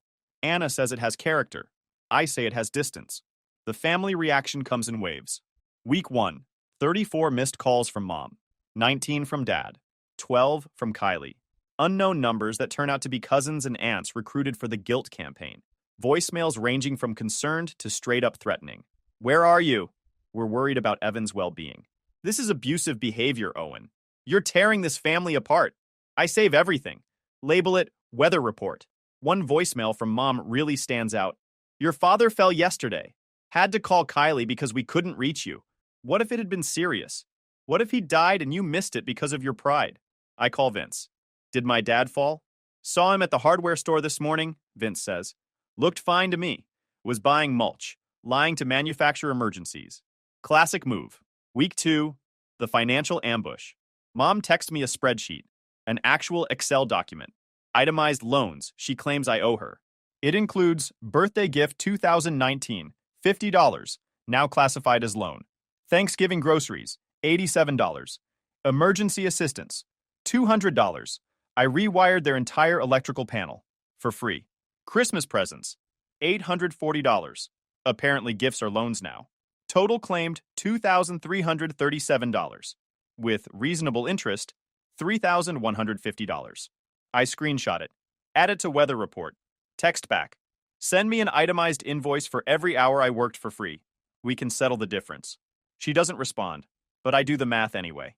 Sit at Vince's kitchen table with my invoice book and a calculator. Every job I can remember. Every repair. Every installation. Every quick favor that turned into 3 hours. 42 hours of labor at my current rate of $110 per hour. $4,620. Parts and materials. $378. Family discount. That was actually just free labor. $4,998. I don't bill them, but I keep the invoice. File it with weather report, just in case. Week 3, the smear campaign. Kylie posts some quote about setting boundaries with toxic family members over a sunset photo. 3 people comment hearts. 1 person comments, staying strong for your babies. Then she posts a whole carousel of photos from her kids' healing journey, therapy sessions, art projects about feelings, a vision board about rebuilding after family trauma. The comments section is a piece of work. Everyone feels terrible for her. Poor Kylie, abandoned by her brother. Nobody mentions the 42 hours. Nobody mentions the threats. Nobody mentions my son's birthday. I stay completely off social media. Delete the apps. Block their numbers. Our new life has a rhythm to it. Mornings. Walk Evan to his new school 6 blocks away. Mrs. Lee runs the corner deli and starts giving Evan free apple juice boxes. Your boy has good manners, she says once. That compliment means more than any family dinner ever did. Afternoons, service calls. I raise my rates by $15 and stop apologizing for it. Charge extra for same-day service. Add a weekend premium. Funny thing happens. People just pay. Without complaint. Because professionals charge professional rates. Evenings. Homework at a folding table I found on Craigslist for $10. Pasta 4 nights a week because it's cheap and Evan doesn't complain. Soccer in the park. I take every contracting job I can get. Stop undervaluing myself. And here's the thing. Once you stop doing that, other people stop too. I also implement a new policy. When family texts asking for help, I send a standard reply. Happy to help. Rate is $110 per hour. Weekend rate $140. Payment required upfront via Venmo. Mom replies, this is ridiculous. Dad replies, we're family. Kylie replies with a screenshot of a Yelp listing for a different contractor and a laughing emoji. I reply to all of them. Great. Hire them. They don't. In November, Dad calls at 6 a.m. The smart lock system on the front door is acting up. Your mother can't get out to her appointment. I can come Wednesday at 3 p.m. Rate is $110 plus parts. Venmo first. Long silence. You're really doing this? I am. We raised you better than this. You raised me to work for free and accept scraps. I'm doing way better than that. He hangs up. They hire a contractor who charges $185 and apparently messes up the installation so bad they need a second guy to fix it. Costs them $340 total. Mom texts a photo of the bill with the caption, this is what happens when family abandons family. I type out like 6 different responses. Settle on. That's what market rate looks like. She blocks me. Good, during that time. Evan was changing, gradually. like a plant finally getting actual sunlight after years stuck in a closet. He sleeps through the night, stops tensing up when my phone rings, stops asking, "Are we going to grandma's?" Starts asking, "Can Ben come over?" And "Can we get pizza Friday?" The answer becomes yes more often. Not because we suddenly have more money. We definitely don't. But the emotional tax is just gone. We're not constantly calculating how to keep the peace or manage other people's feelings. We're just living. We started two funds, one labeled emergency and one labeled Evans College. To feed them with tips and side jobs. $5 here, 20 there. Sometimes Anna picks up alterations work from neighbors and tucks cash in. The numbers grow slow at first, then faster. Boring and sacred at the same time. I get way better at estimating jobs, at spotting scope creep, at saying that's an additional charge without flinching. One client tries the family guilt trip on me, says her contractor nephew charges way less. I tell her to hire him. She calls back 2 days later. Pays my rate without negotiating. Word spreads. I'm the guy who shows up on time, fixes things right the first time, and doesn't lie about timelines or costs. Business picks up. Not everything's easy, though. February, the truck needs transmission work. $1,240. We're sitting in the mechanic's waiting room, get the quote, and I feel that old panic rising. But Anna squeezes my hand and says, "We'll figure it out." We dip into the emergency fund, eat ramen for 2 weeks, skip the movies. Evan asks if we're poor. "We're careful," I say. He thinks about it. Careful sounds smarter anyway. In March, I run into Kylie at Target. She's in the cosmetics aisle loading up her cart with makeup even though she hasn't had a booking in weeks. She sees me. Does this fake surprised face. "Oh my God, Owen! I didn't know you shopped here." "Where else would I shop?" I ask. "I just mean, never mind." She looks at my cart. Work boots, zip ties, batteries. "Still doing the handyman thing? Still doing the part-time makeup thing?" I ask back. Her face goes nuclear. "I'm building a business. I'm building a life. One has income." She looks like she wants to throw a basket at my head. Instead, she says, "You know Mom had a health scare last month. Nobody could reach you. Because I blocked everyone. What if it had been serious? Then I would have found out at the funeral," I say. Along with everyone else who wasn't on the approved list, she stares at me like I just grew a second head. "You've changed." "No," I say. "I just stopped pretending the cost was worth it." She walks away without her baskets. I buy my boots and head home.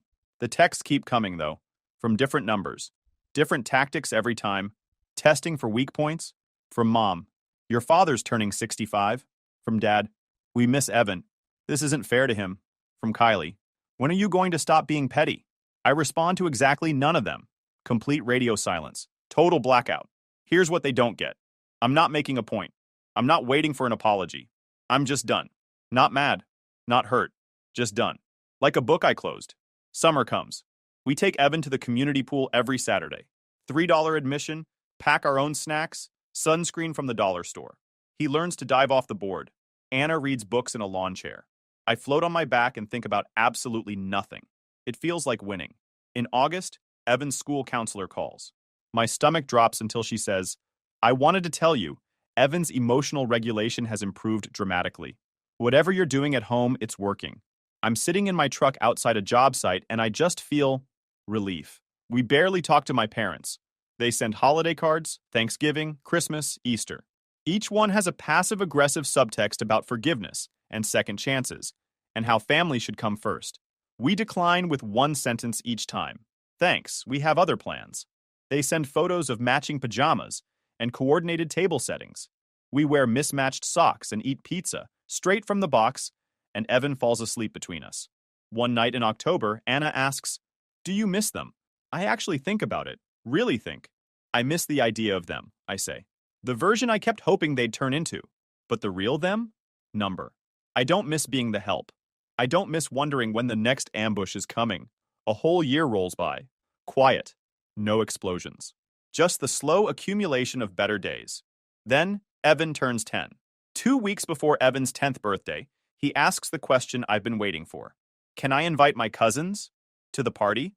"You can invite anyone you want," I say. "They might not come." He writes their names down anyway. Right after Ben and Aiden and Paige. Draws tiny soccer balls next to each one. We plan the same setup. Same park pavilion. Plus, I rent an inflatable obstacle course from a company whose van I helped with an electrical issue when the driver's inverter died. He gives me $100 off and throws in a bubble machine. Community karma, he says. Party day, 1 p.m. The pavilion fills up with kids and noise. I set up the obstacle course and it's an immediate hit. Kids screaming, laughing, wiping out on the inflatable walls and bouncing right back up for more. At 1:11, Kylie shows up with her kids. No mom, no dad.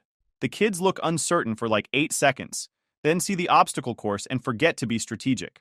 Evan hands his cousin a juice box. You can go first if you want. The cousin smiles. Cool. You go first. It's your birthday. 10 minutes later, I hear, Evan's parties are actually fun. From one cousin to another. Kylie catches it, goes stiff, then snaps loud enough for nearby parents to hear, must be nice having endless attention. One tear, quick turn, and she speed walks to the parking lot. Mom chases her. The kids keep playing like nothing happened. It could have been this simple the whole time. But then at 1:47, Mom and Dad walk in. Late, cautious, dressed like they're going to a funeral. They stand at the edge watching the chaos like anthropologists. Mom approaches me. Can we talk? Not now, I say. We're busy. 5 minutes. No. She blinks. Excuse me? You're not the main character here, I say. Evan is. Either join the party or leave. Those are your options. She looks like I just slapped her. Dad takes her arm. Come on. Let's just enjoy the party, hun. They sit at a picnic table. Don't really interact much. Take a few photos. Leave after cake without saying goodbye. At 2:30, Kylie corners me by the cooler. Arms crossed, doing that fake concerned look. So, this is your revenge? She says. Excluding family from your son's milestone? I didn't exclude anyone, I say. I invited Evan's cousins. They came. You're here. That's inclusion. Mom and Dad are hurt. Mom and Dad threatened to cut off contact with my son if I celebrated his birthday last year. They can sit with that discomfort. You're never going to let that go, are you? Why would I? They meant it. I adjusted accordingly. She tries a different angle. What do you want from us? Nothing, I say. That's the whole point. I don't want your version of family. I'm good. You're bitter. Nope, I'm free. That night my phone blows up. Messages ranging from passive-aggressive to openly hostile. I dropped a stitched screenshot to the family thread, the threats about canceling Evan's 9th, then muted it. No replies after that. You humiliated your mother. You're destroying this family. We'll never forgive you. Don't bother coming to the funeral. I read them all. Save them to weather report. Go to bed. 2 days later, Vince Caruso calls. You busy? Depends. Got a job for you. Big one. Corporate client, office building downtown, full security and automation overhaul. They're looking for a reliable contractor. I recommended you because you do good work and don't mess people over, he says. Also because I'm retiring and need someone to take over my commercial clients. The job pays $18,000.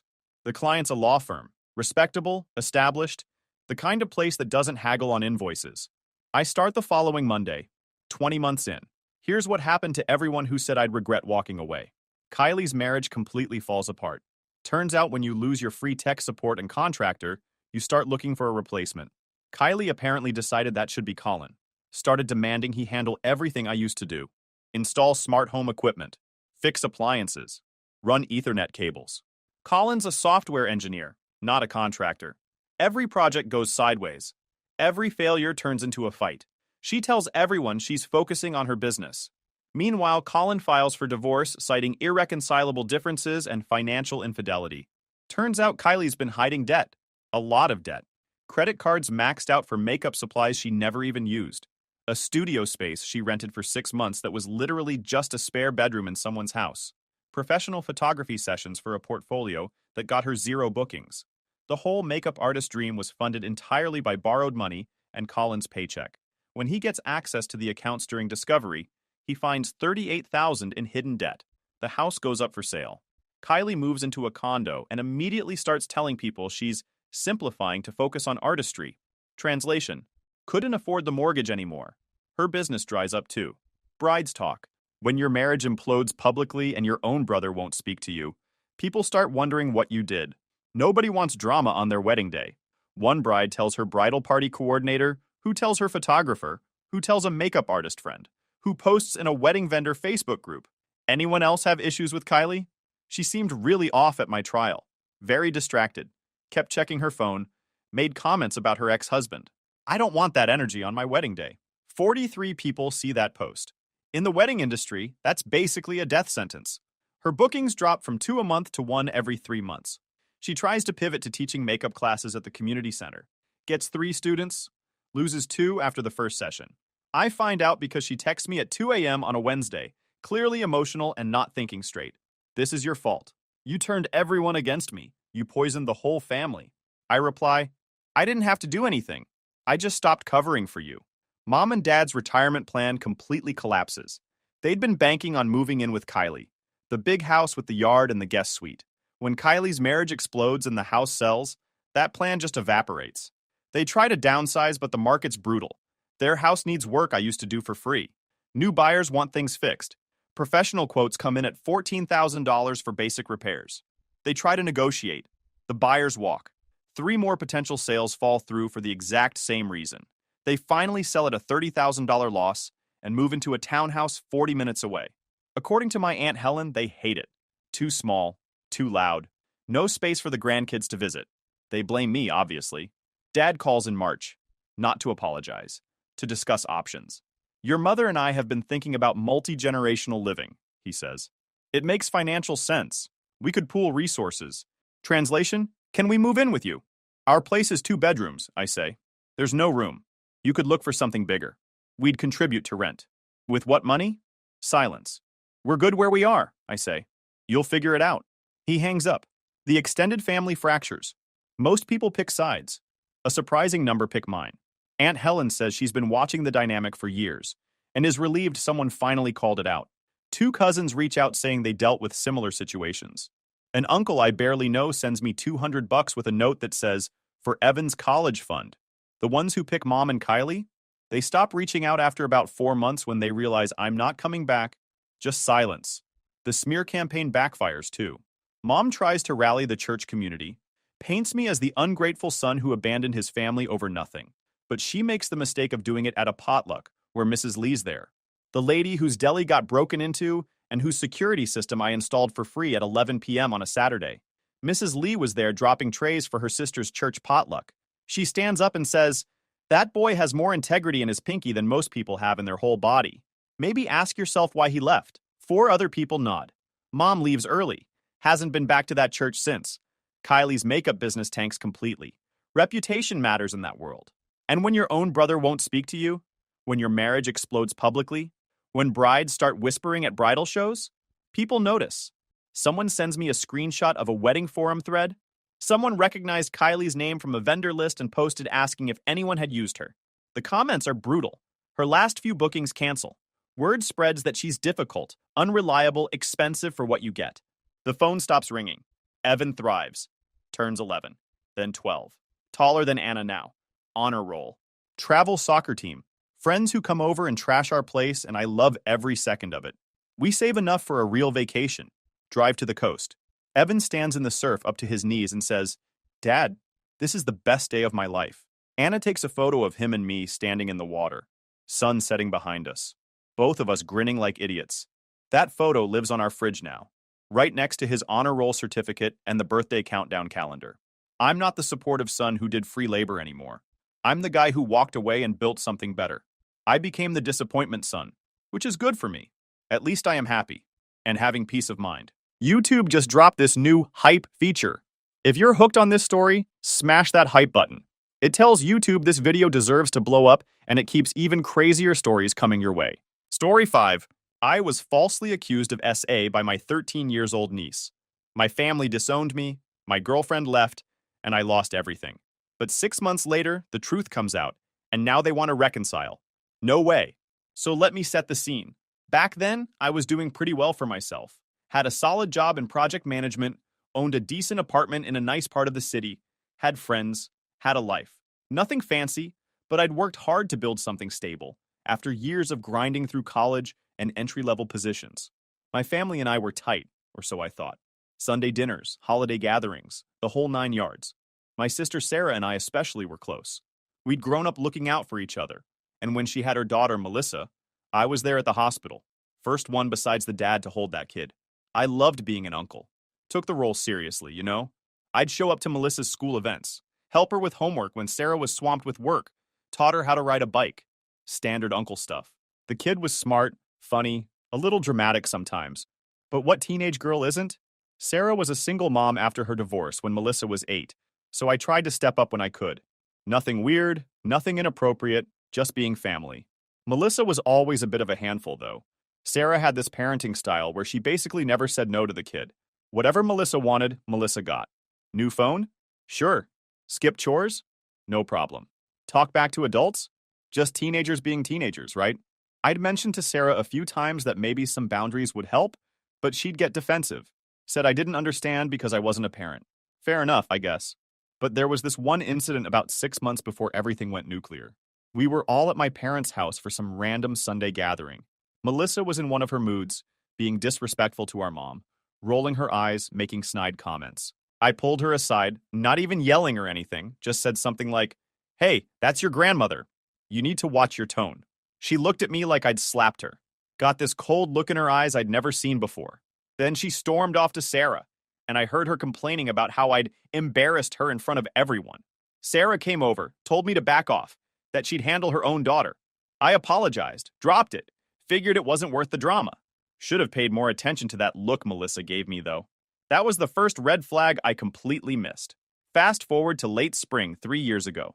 My parents were throwing a barbecue at their place. Pretty standard family thing. Burgers and hot dogs, cousins running around.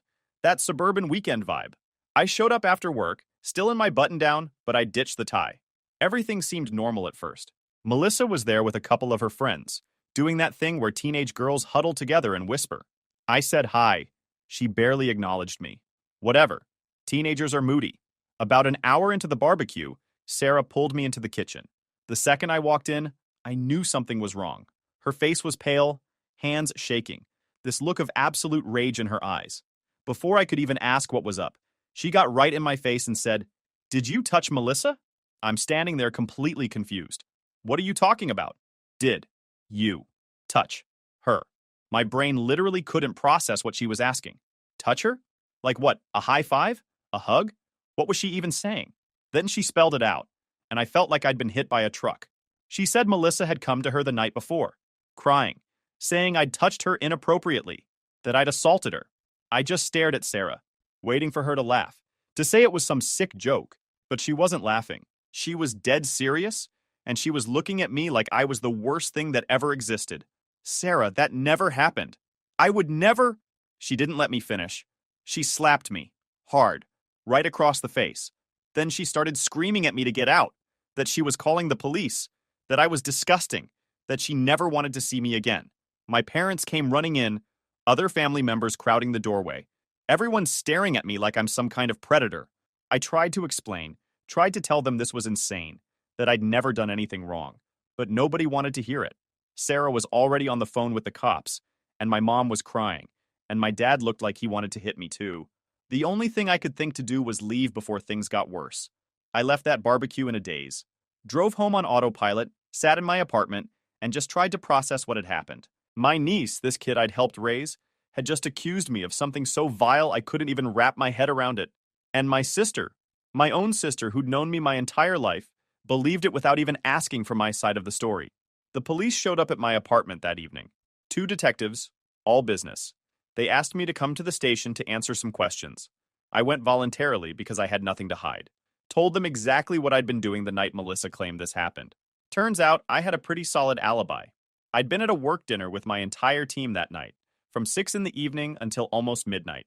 15 witnesses, restaurant receipts, everything documented. The detectives seemed skeptical of the accusation from the start, but they had to investigate. They interviewed Melissa multiple times. Her story kept changing. First she said it happened at my apartment. Then she said it was at my parents' house. Then she couldn't remember exactly when. The timeline she gave didn't match anything. One detective told me later, off the record, that they see false accusations sometimes, but they still have to investigate thoroughly. I appreciated his honesty, but it didn't make the process any less destructive. Every interview felt like I was being treated as guilty until proven innocent. Every question felt loaded. The worst part was waiting. Waiting for them to verify my alibi. Waiting for Melissa's story to fall apart. Every day that passed was another day my life hung in limbo. Meanwhile, my phone wouldn't stop buzzing with notifications. People I hadn't talked to in years were reaching out. "Hey man, Heard what happened. Is it true? Real supportive stuff. I ended up changing my number after the first week. See, here's what nobody tells you about being accused of something like this. Even when you're innocent, even when the evidence proves you didn't do anything wrong, people still look at you differently. Within 2 days, my entire neighborhood knew. Someone had posted about it on social media. Didn't use my name, but gave enough details that everyone figured it out. My landlord called me 3 days after the accusation. Said other tenants were uncomfortable with me living in the building. When I asked what grounds he had to kick me out when I hadn't been charged with anything, he backed off but said he was keeping an eye on the situation. Work was worse. My boss brought me in for a meeting. Said maybe I should take some time off. I told him I had an alibi, that the police would verify it. He gave me this practiced, sympathetic look and said it wasn't about guilt or innocence, it was about optics. The company couldn't afford to have someone under investigation working there. They'd keep me on paid leave for now, but the implication was clear. That meeting crushed me more than the accusation itself. This was a company I'd given 6 years of my life to. I'd worked weekends, pulled all-nighters on projects, trained new employees. And the second things got complicated, they threw me out. Didn't matter that I was innocent. I told him I was innocent, that I had an alibi, that this was clearly false. He gave me this look like he wanted to believe me but wasn't sure. Said it was just temporary, just until things calmed down. That temporary leave turned into me being quietly pushed out within a month. Couldn't go to the grocery store without people whispering. Couldn't go to the gym without someone staring. Old friends stopped returning calls. People I'd known for years just ghosted me. One friend sent me a text that said, "I don't know what the truth is, but I have kids, so I can't associate with you right now." I understood perfectly. Everyone was protecting themselves. The gym was particularly bad. I'd been going to the same place for 4 years. After the accusation, people would move to the other side when I showed up. Finally, I just stopped going, canceled my membership, and worked out at home. My parents sent a single text during those first 4 months. It said, "We're praying for the truth to come out." Not, "We believe in you." Just a vague statement about truth. Their silence said everything. The few family members who did reach out were worse. My aunt said she had to protect her own children first. My cousin asked if I'd take a polygraph test. My uncle suggested I apologize to Melissa to smooth things over. Apologize for something I didn't do, just to make everyone comfortable. People I hadn't spoken to in years came out with their takes. I remember you being kind of quiet in school became, "You were always creepy." Every normal aspect of my personality got reframed as suspicious. The worst part was, I kept thinking it would all blow over once the truth came out. I kept thinking, okay, they'll investigate, they'll see Melissa's lying, and everyone will apologize, and we'll move past this. I was naive as hell. 4 months into this nightmare, the police officially closed the case. No charges filed. My alibi was rock solid. Melissa's story had more holes than Swiss cheese, and there was zero evidence anything had happened. I thought that would be the end of it. Finally, vindication, right? Wrong. Because by then, I'd already lost my job. My reputation was destroyed. I'd burned through most of my savings on a lawyer. And the people who'd turned their backs on me? They didn't suddenly welcome me back with open arms. Most of them still looked at me like I was guilty. No charges doesn't mean innocent. That kind of garbage. Some people actually said to my face that I probably did it, but got away with it because of some technicality. I moved to a different part of the city, found a new apartment in a neighborhood where nobody knew me. Started job hunting, which was brutal. Background checks didn't show an arrest, but Google did. My name was associated with the accusation online. Someone had archived the original social media post. I tried everything to get it removed. Nothing worked. Had to explain it in interviews. Most HR people would get this shift in their expression when they brought it up. I'd walk them through the whole story. Falsely accused, fully investigated, completely cleared. Some were understanding. Most said they'd keep my resume on file. One interview destroyed me. The hiring manager seemed great. Multiple rounds of talks. Then he said the company couldn't move forward. They'd seen the accusations online. He said he personally believed me, but his hands were tied. I sat in my car for an hour afterward. Eventually landed a new job, less pay, less prestige. The company was smaller, more willing to take a chance. My new boss had his own unfair situation years back, understood how the system works. That job probably saved me. Started rebuilding from scratch, made new friends who didn't know my past, kept my head down, learned to be careful about who I trusted, started seeing a therapist because the paranoia was getting bad. I'd second-guess every interaction, wondering if people were Googling me later. And I made a decision. I was done with my old family. Completely done. Not in an angry way, Not in a revenge way, just in a practical, self-preservation way. These people had proven they couldn't be trusted. They'd chosen comfort over truth, panic over patience, and in doing so, they'd shown me exactly where I stood in their priorities. Dead last. Then, 6 months after the investigation closed, Sarah called me. First time I'd heard from her since she'd slapped me at that barbecue. I almost didn't answer, but curiosity got the better of me. She sounded terrible, like she'd been crying for hours. Said she needed to tell me something, that it was important. That's when she dropped the bomb. Melissa had admitted she lied. The whole thing was made up. Some girls at her school had apparently put her up to it. Revenge for me scolding her that time. Melissa had been feeling guilty, started acting out, and eventually broke down and confessed to Sarah.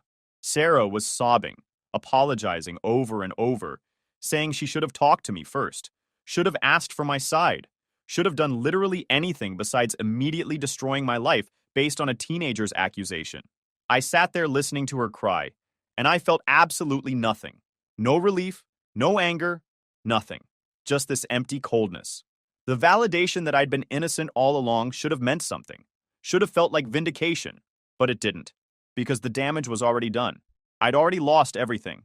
Knowing I was right didn't bring back my job, my reputation, my sense of safety, or the year of my life I'd spent in hell.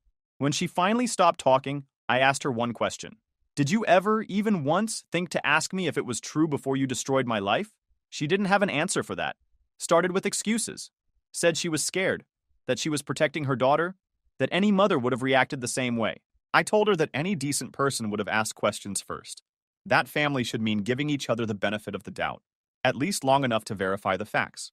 That she'd known me for 30+ years and should have known I wasn't capable of what Melissa accused me of. She got quiet. Then she said, I know. You're right. I failed you. I'm so sorry. I told her I appreciated her letting me know, then I hung up. She called back immediately. I didn't answer.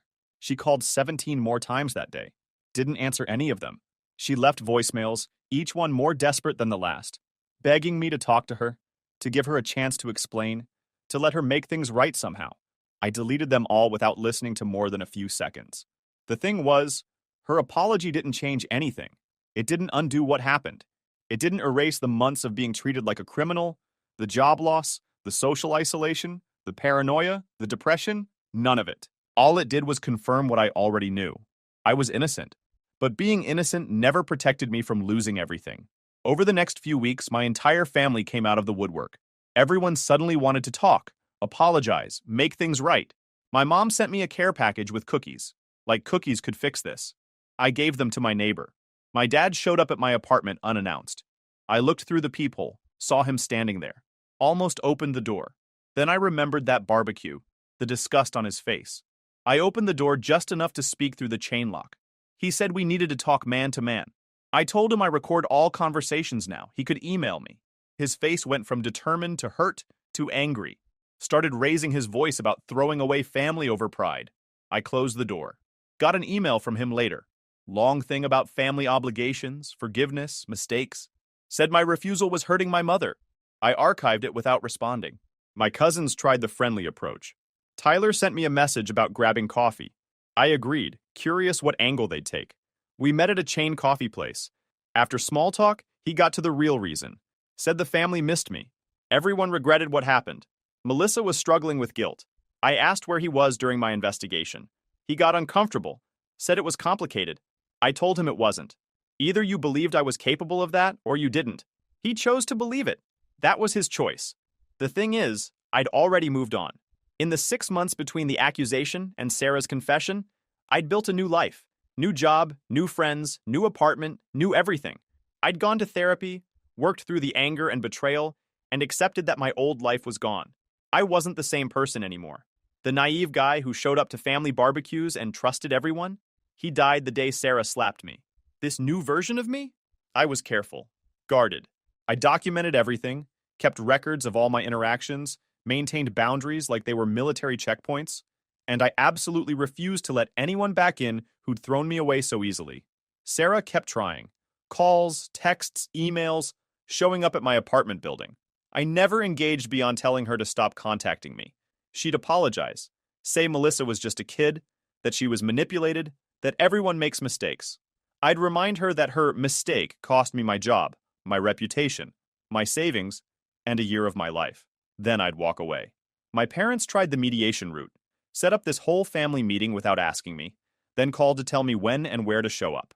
I laughed and hung up. They got upset, said I was being stubborn, that family forgives. I sent them an email explaining that I didn't consider them family anymore, and they should stop acting like they had any claim to my time or energy. Some relatives thought I was being too harsh, said I should forgive Melissa because she was young.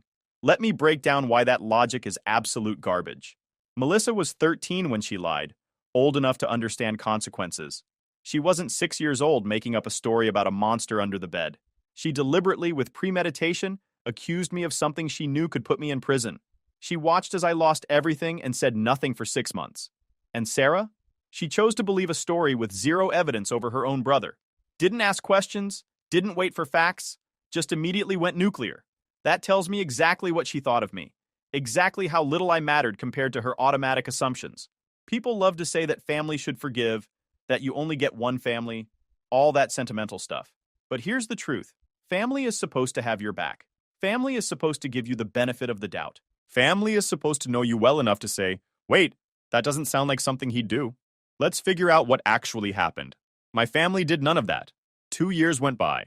I'd moved on with my life, doing better than before. Got promoted at my new job. Started dating someone at a work conference. She was smart, funny, had her life together. We took things slow, made solid friendships with people who respected boundaries. My apartment started feeling like home. Bought furniture I liked, had artwork on the walls, plants I kept alive. Small things that represented stability. Then, Melissa's 16th birthday rolled around. Sarah called from a number I didn't have blocked. Caught me off guard. She launched into a prepared speech. Melissa wanted to see me, had written a letter, just wanted to apologize in person. Sarah begged me to consider it. These 3 years had been hard on Melissa too. She'd lost friends, been bullied. Said Melissa had nightmares, was in therapy twice a week, had tried to hurt herself once from guilt. Sarah was trying to make me feel responsible for Melissa's mental health. Same manipulation, different angle. I listened for 10 minutes straight. Sarah cycled through every argument. Melissa was just a kid.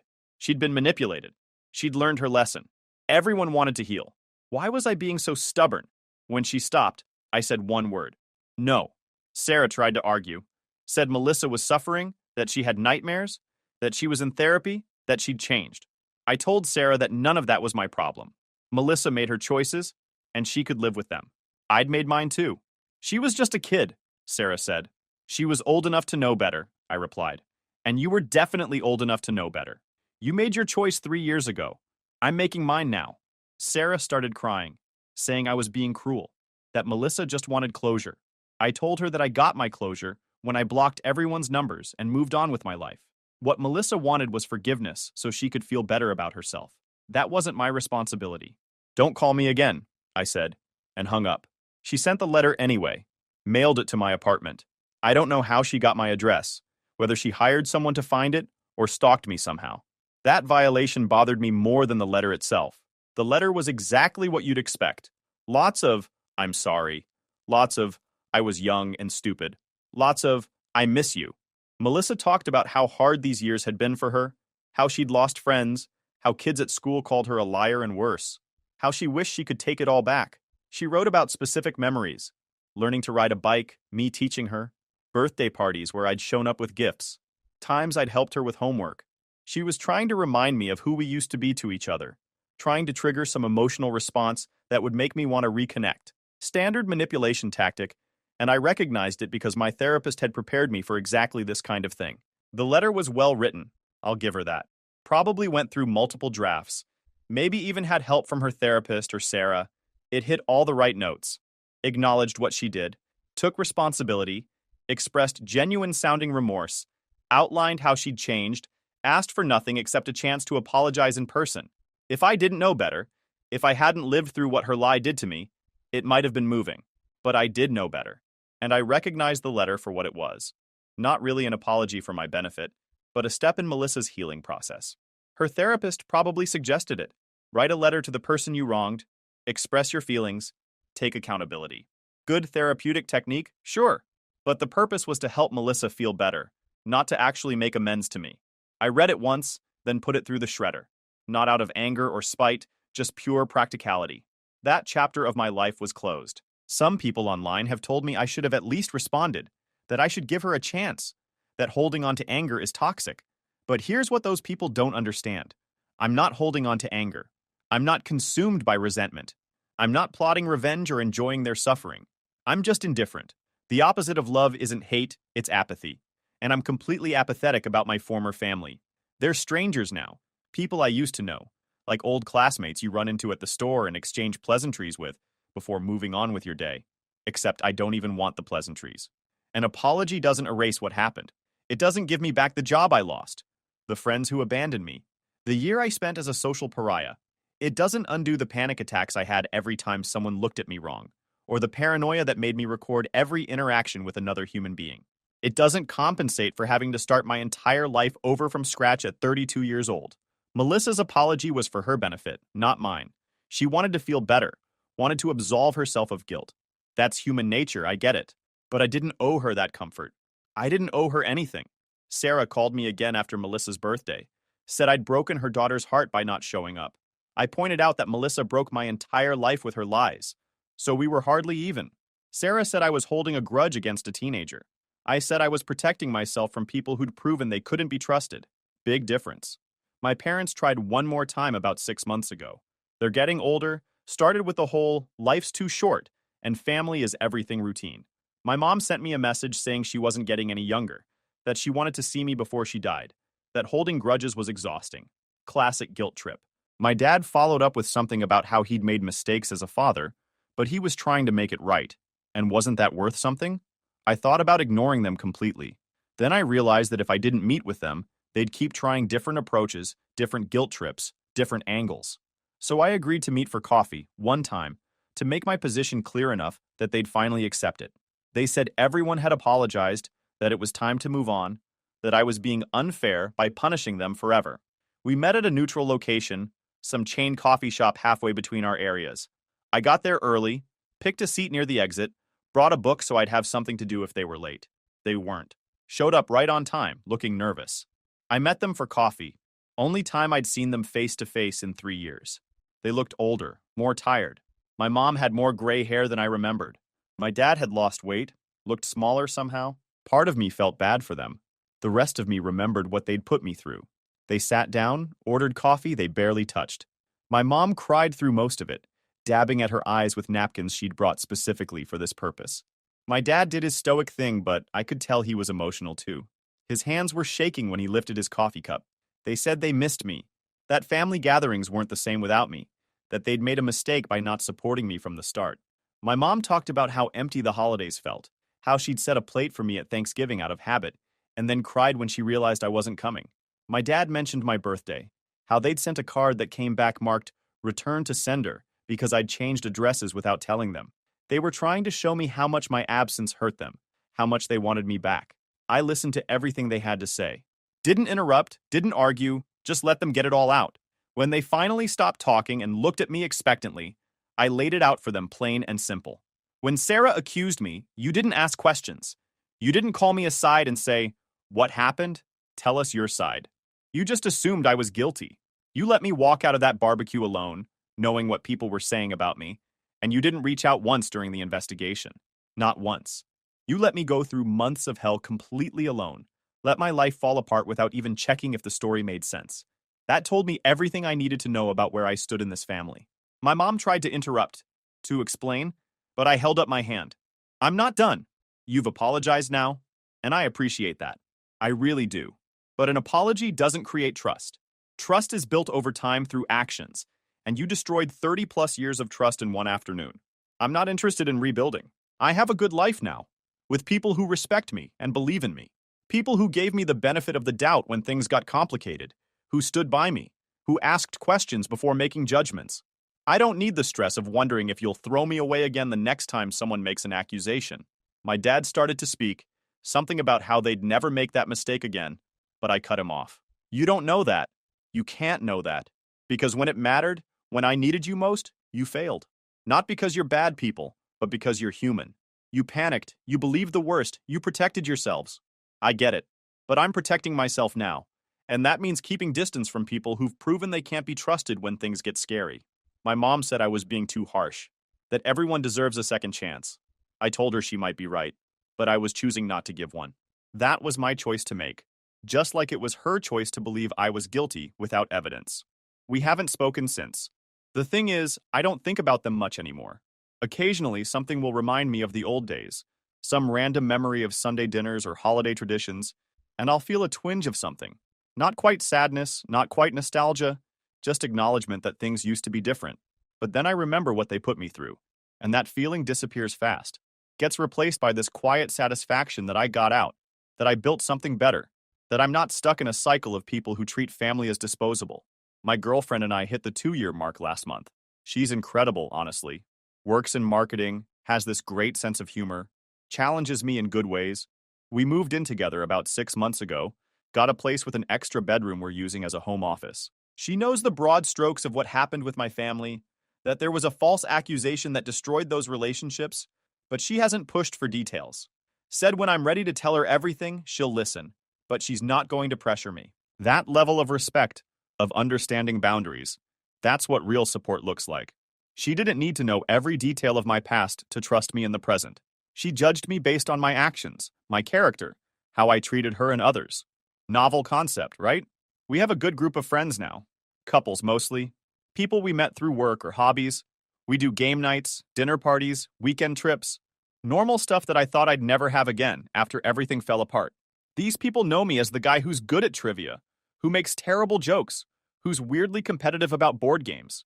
Not as the guy who was accused of something terrible. That's the gift of starting over. You get to be whoever you are now, not whoever you were when your life exploded. Some people have told me I'm too unforgiving, that I should let it go and reconnect with my family. Other people say I'm completely justified, that what they did was unforgivable. Honestly, I don't care what anyone thinks. This isn't about right or wrong, or who's justified, or who's being reasonable. This is about self-preservation and mental health. I learned a hard lesson 3 years ago.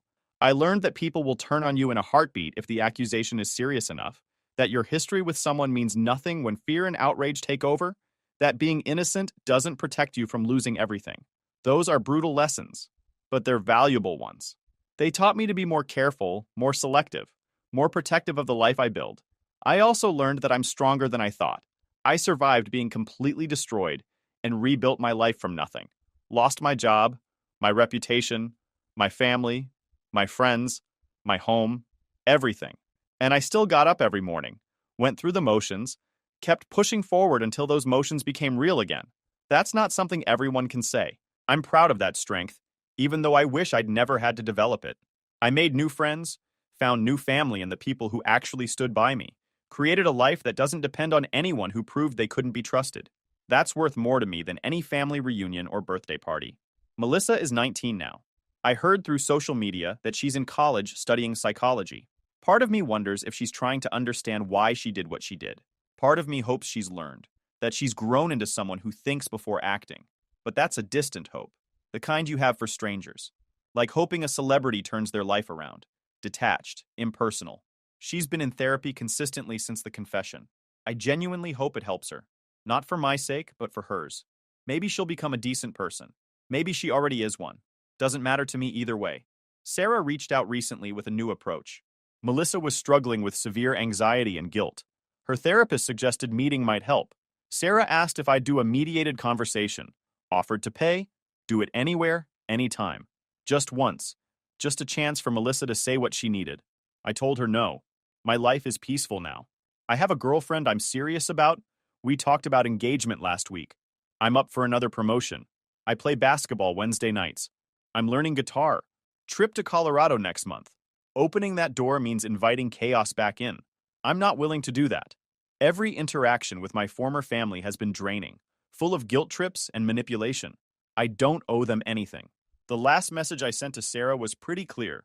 I told her I understood that Melissa was struggling, that I genuinely hoped she found peace and healing. But I also told her that my healing required distance from everyone involved, that I'd worked hard to build a life that didn't include them, and I wasn't going to compromise my mental health for theirs. I wished them well and asked them not to contact me again. She sent back a long message about closure, about how Melissa would never truly heal without facing me, about how I was being selfish. I didn't respond. Block that number too. She hasn't reached out since, at least not in any way I've noticed. That was 4 months ago. I know some people reading this will think I'm cold, maybe even cruel. They'll say a teenage girl made a mistake and I'm punishing her for life. But here's what they're missing. I'm not punishing anyone. I'm just living my life without them in it. There's a difference. Punishment implies I'm actively trying to hurt them, that I'm seeking revenge or trying to make them suffer. I'm doing none of that. I'm just existing in my own space, building my own happiness, protecting my own peace. They feel punished because they want something from me that I'm not willing to give. That's their problem, not mine. My girlfriend knows the broad strokes of what happened, though not all the details. She asked me once if I ever missed my old family. I told her honestly that I missed the idea of them, the version that existed before I found out how little faith they had in me. But I don't miss the reality of who they actually were when it mattered. The people who stood by me when things got tough, those are the ones who matter now. She understood that completely. She comes from a complicated family situation herself, dealt with her own share of betrayal and disappointment growing up, so she gets that sometimes the healthiest thing you can do is walk away. No guilt, no second guessing, just recognizing when a relationship is toxic and choosing yourself instead. We're talking about moving in together, maybe getting engaged next year, building something new, something that doesn't have the weight of betrayal hanging over it, something based on trust that's earned, not assumed. I saw my mom in public once, about a year ago. We were in the same grocery store, completely by chance. She saw me first, started walking toward me with this hopeful look on her face, like maybe enough time had passed that I'd be ready to talk. I turned and walked the other way without hesitation. Heard her call my name, but didn't turn around, didn't slow down, just kept walking until I was in a different aisle. It wasn't dramatic or emotional. I just didn't want to have that conversation in the middle of the produce section, didn't want to get into it surrounded by strangers buying vegetables. Got a text from her later that day. She said it hurt to see me walk away like that she just wanted to talk for a few minutes. I texted back that I understood, but I'd made my position clear and nothing had changed. She said she'd keep hoping I'd change my mind someday. I told her she was welcome to hope, but not to expect anything. That was the last direct contact we had. Recently, I found out through social media stalking by accident that Melissa posted something vague about forgiveness and learning from mistakes. Didn't mention me by name, but it was pretty obvious what she was talking about. Comments were full of people supporting her, saying everyone deserves forgiveness, that holding grudges is toxic. I didn't respond or react to the post. Didn't even care enough to feel annoyed. That's someone else's drama now. Someone else's story. I'm just living my life. My life now is pretty simple and straightforward, honestly. Work, gym, spending time with my girlfriend and our friend group, working on my hobbies. I picked up woodworking last year, built a bookshelf that actually turned out decent. Thinking about getting a dog. Normal stuff, boring stuff, the kind of life people take for granted until they've had to rebuild it from scratch. People ask if I'll ever reconcile with my family. My answer is always the same. Never say never, but I'm not holding my breath. If reconciliation happens, it'll be because something fundamental changes, not because enough time has passed or because they've apologized enough. And honestly, I'm not sure what that fundamental change would even look like. Trust isn't something you can rebuild through apologies and time alone. It's rebuilt through consistent action over years, through proving you've changed, through demonstrating that you understand what you did wrong and why it matters. My family hasn't done any of that. They've just apologized and expected me to come back, like saying sorry is some magic reset button. It's not. YouTube just dropped this new hype feature. If you're hooked on this story, smash that hype button. It tells YouTube this video deserves to blow up, and it keeps even crazier stories coming your way. Story 6. At 18, I took a babysitting job to earn extra cash.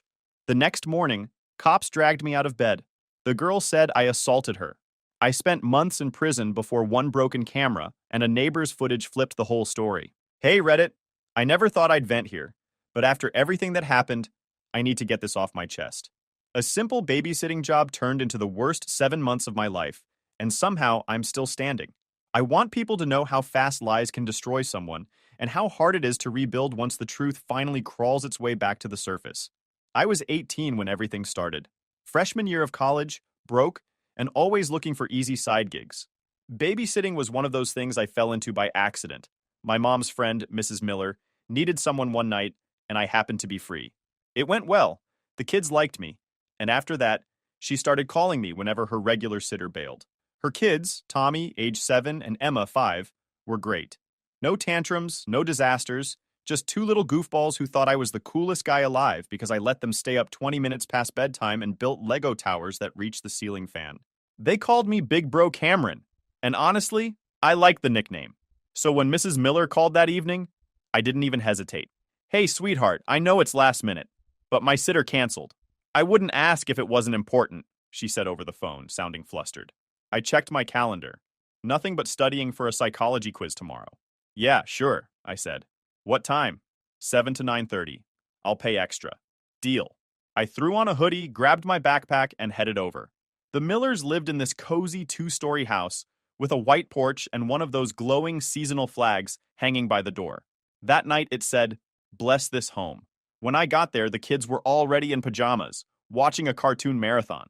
Mrs. Miller was half dressed up, hair curled, heels in one hand, rushing around the living room.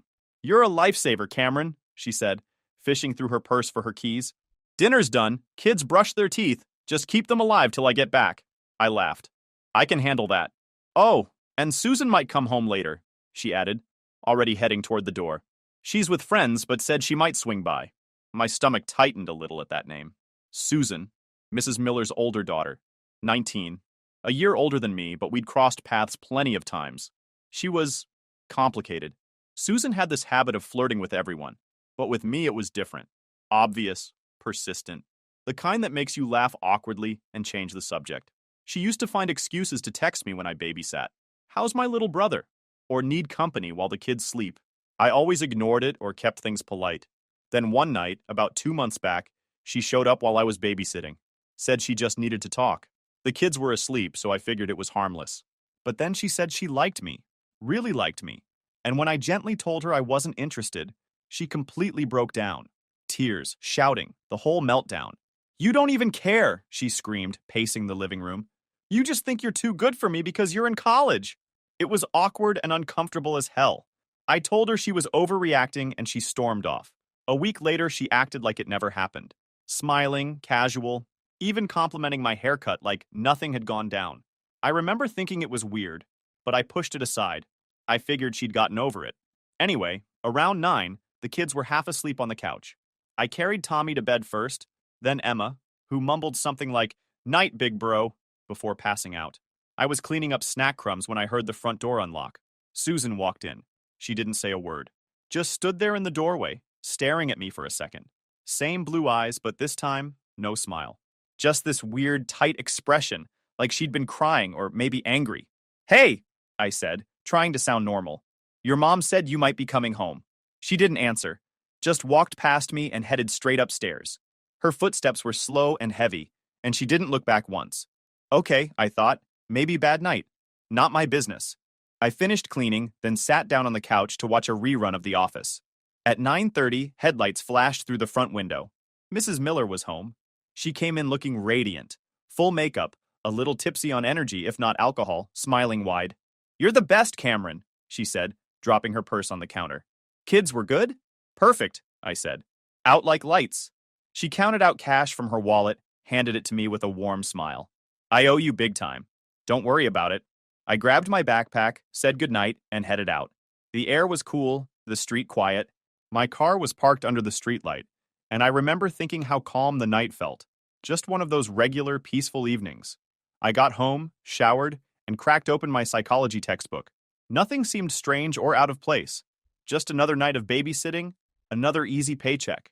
If you'd asked me then, I would have told you it was nothing special. No warning signs, no strange moments. Just a quiet house, 2 sleeping kids, and a college kid doing his job. But the next day? The next day flipped my entire life upside down.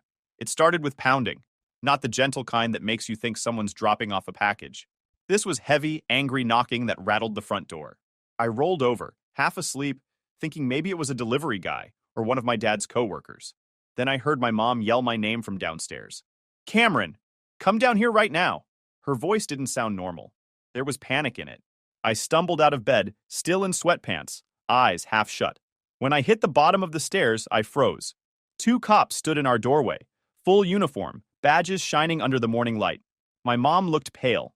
My dad stood behind her with his arms crossed, like he already assumed I did something wrong. "Cameron L. Carson?" one of the officers said. Yeah? You're under arrest." I actually laughed for a second because I thought it had to be a mistake. Wait, what?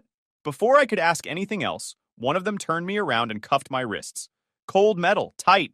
My mom gasped and reached for me. What is going on? He's just a kid. The taller officer said something about suspicion of assault, but my head was spinning too hard to catch every word.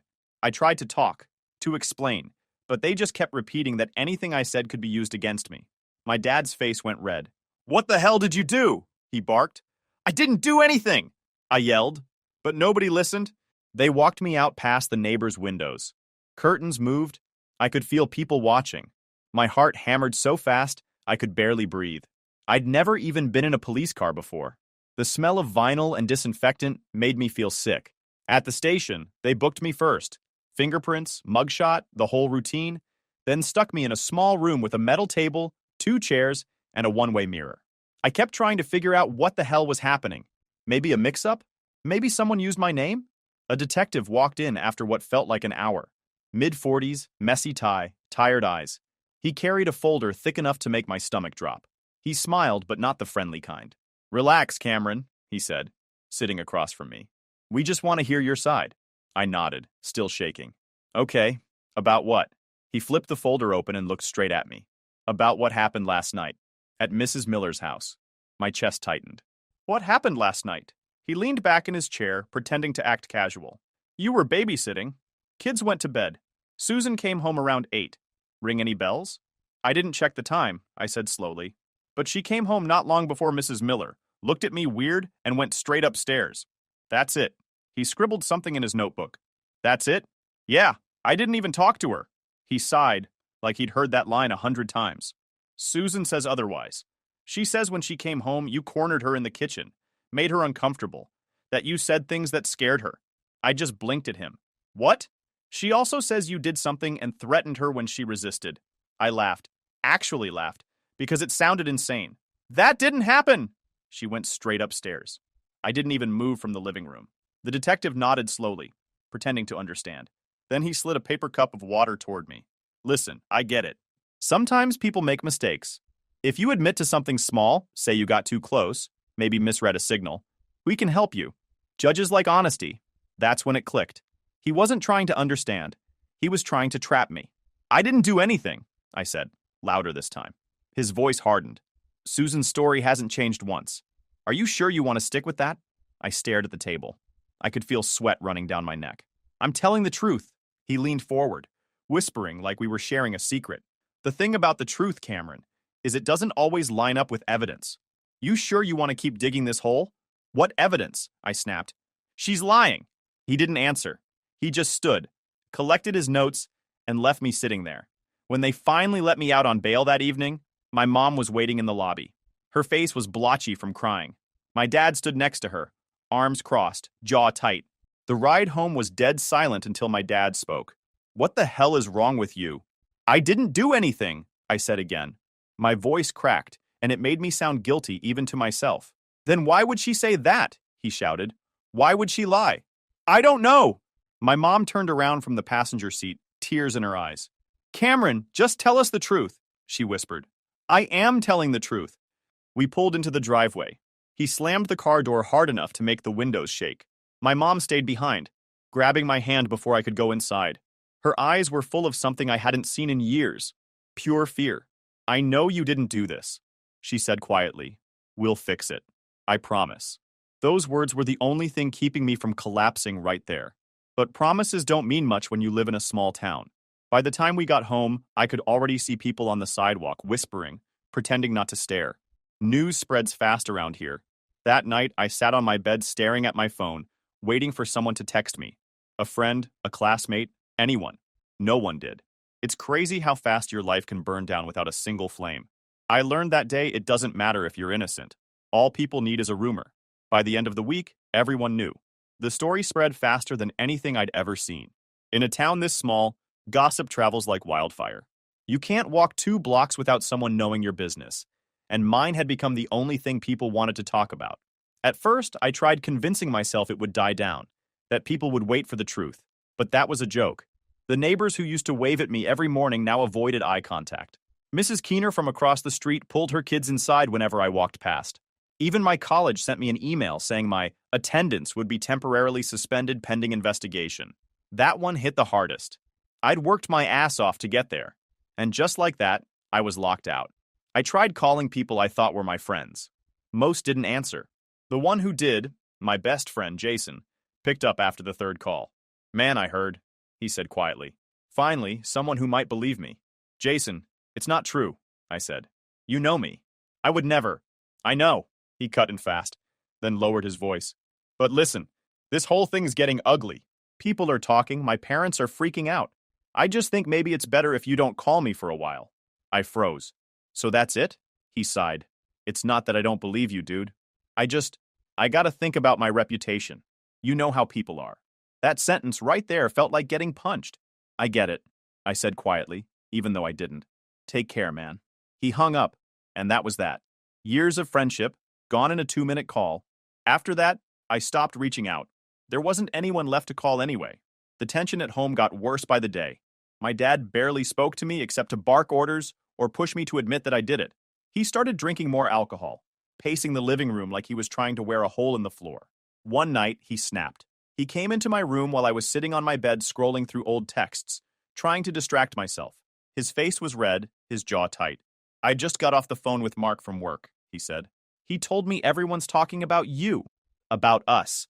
You've embarrassed this entire family." I stood up, trying to stay calm. "Dad, I didn't do anything." "Then why would she lie?" he yelled, slamming his hand against the doorframe. "What does she gain from that?" "I don't know. Maybe she's mad or—" He cut me off. "You always have an excuse. You're done staying here. Pack your things." I stared at him, waiting for my mom to say something. She was standing behind him, her hands shaking. "Dad, please," I said. "Where am I supposed to go?" "Anywhere but here." He turned and walked out. My mom stepped closer, tears in her eyes. "He's angry, Cameron. He's just scared." "Scared of what? That people will think his son's a monster?" She didn't answer. She just hugged me. "Come with me," she whispered. We went out to her car in silence. She drove without saying a word, turning down streets I didn't recognize until we reached the edge of town. There, tucked behind a row of old pine trees, was a small single-story house. The paint was faded, and one shutter hung crooked. "This was my mom's," she said quietly, handing me a key. "No one's lived here since she passed. It's not much, but it's yours for now. Stay here until things calm down." I didn't even know what to say. I wanted to argue, tell her I couldn't take it, but the look in her eyes said it wasn't a choice. She helped me carry a few bags inside. The place smelled like dust and old wood, furniture covered in white sheets, the floor creaking under every step. But it was quiet, and for the first time in days, I could breathe. She went around opening windows, letting light in. "I'll bring groceries tomorrow," she said, "and I'll call around. We'll find a lawyer who can actually help." "Mom," I said, my voice cracking. "You believe me, right?"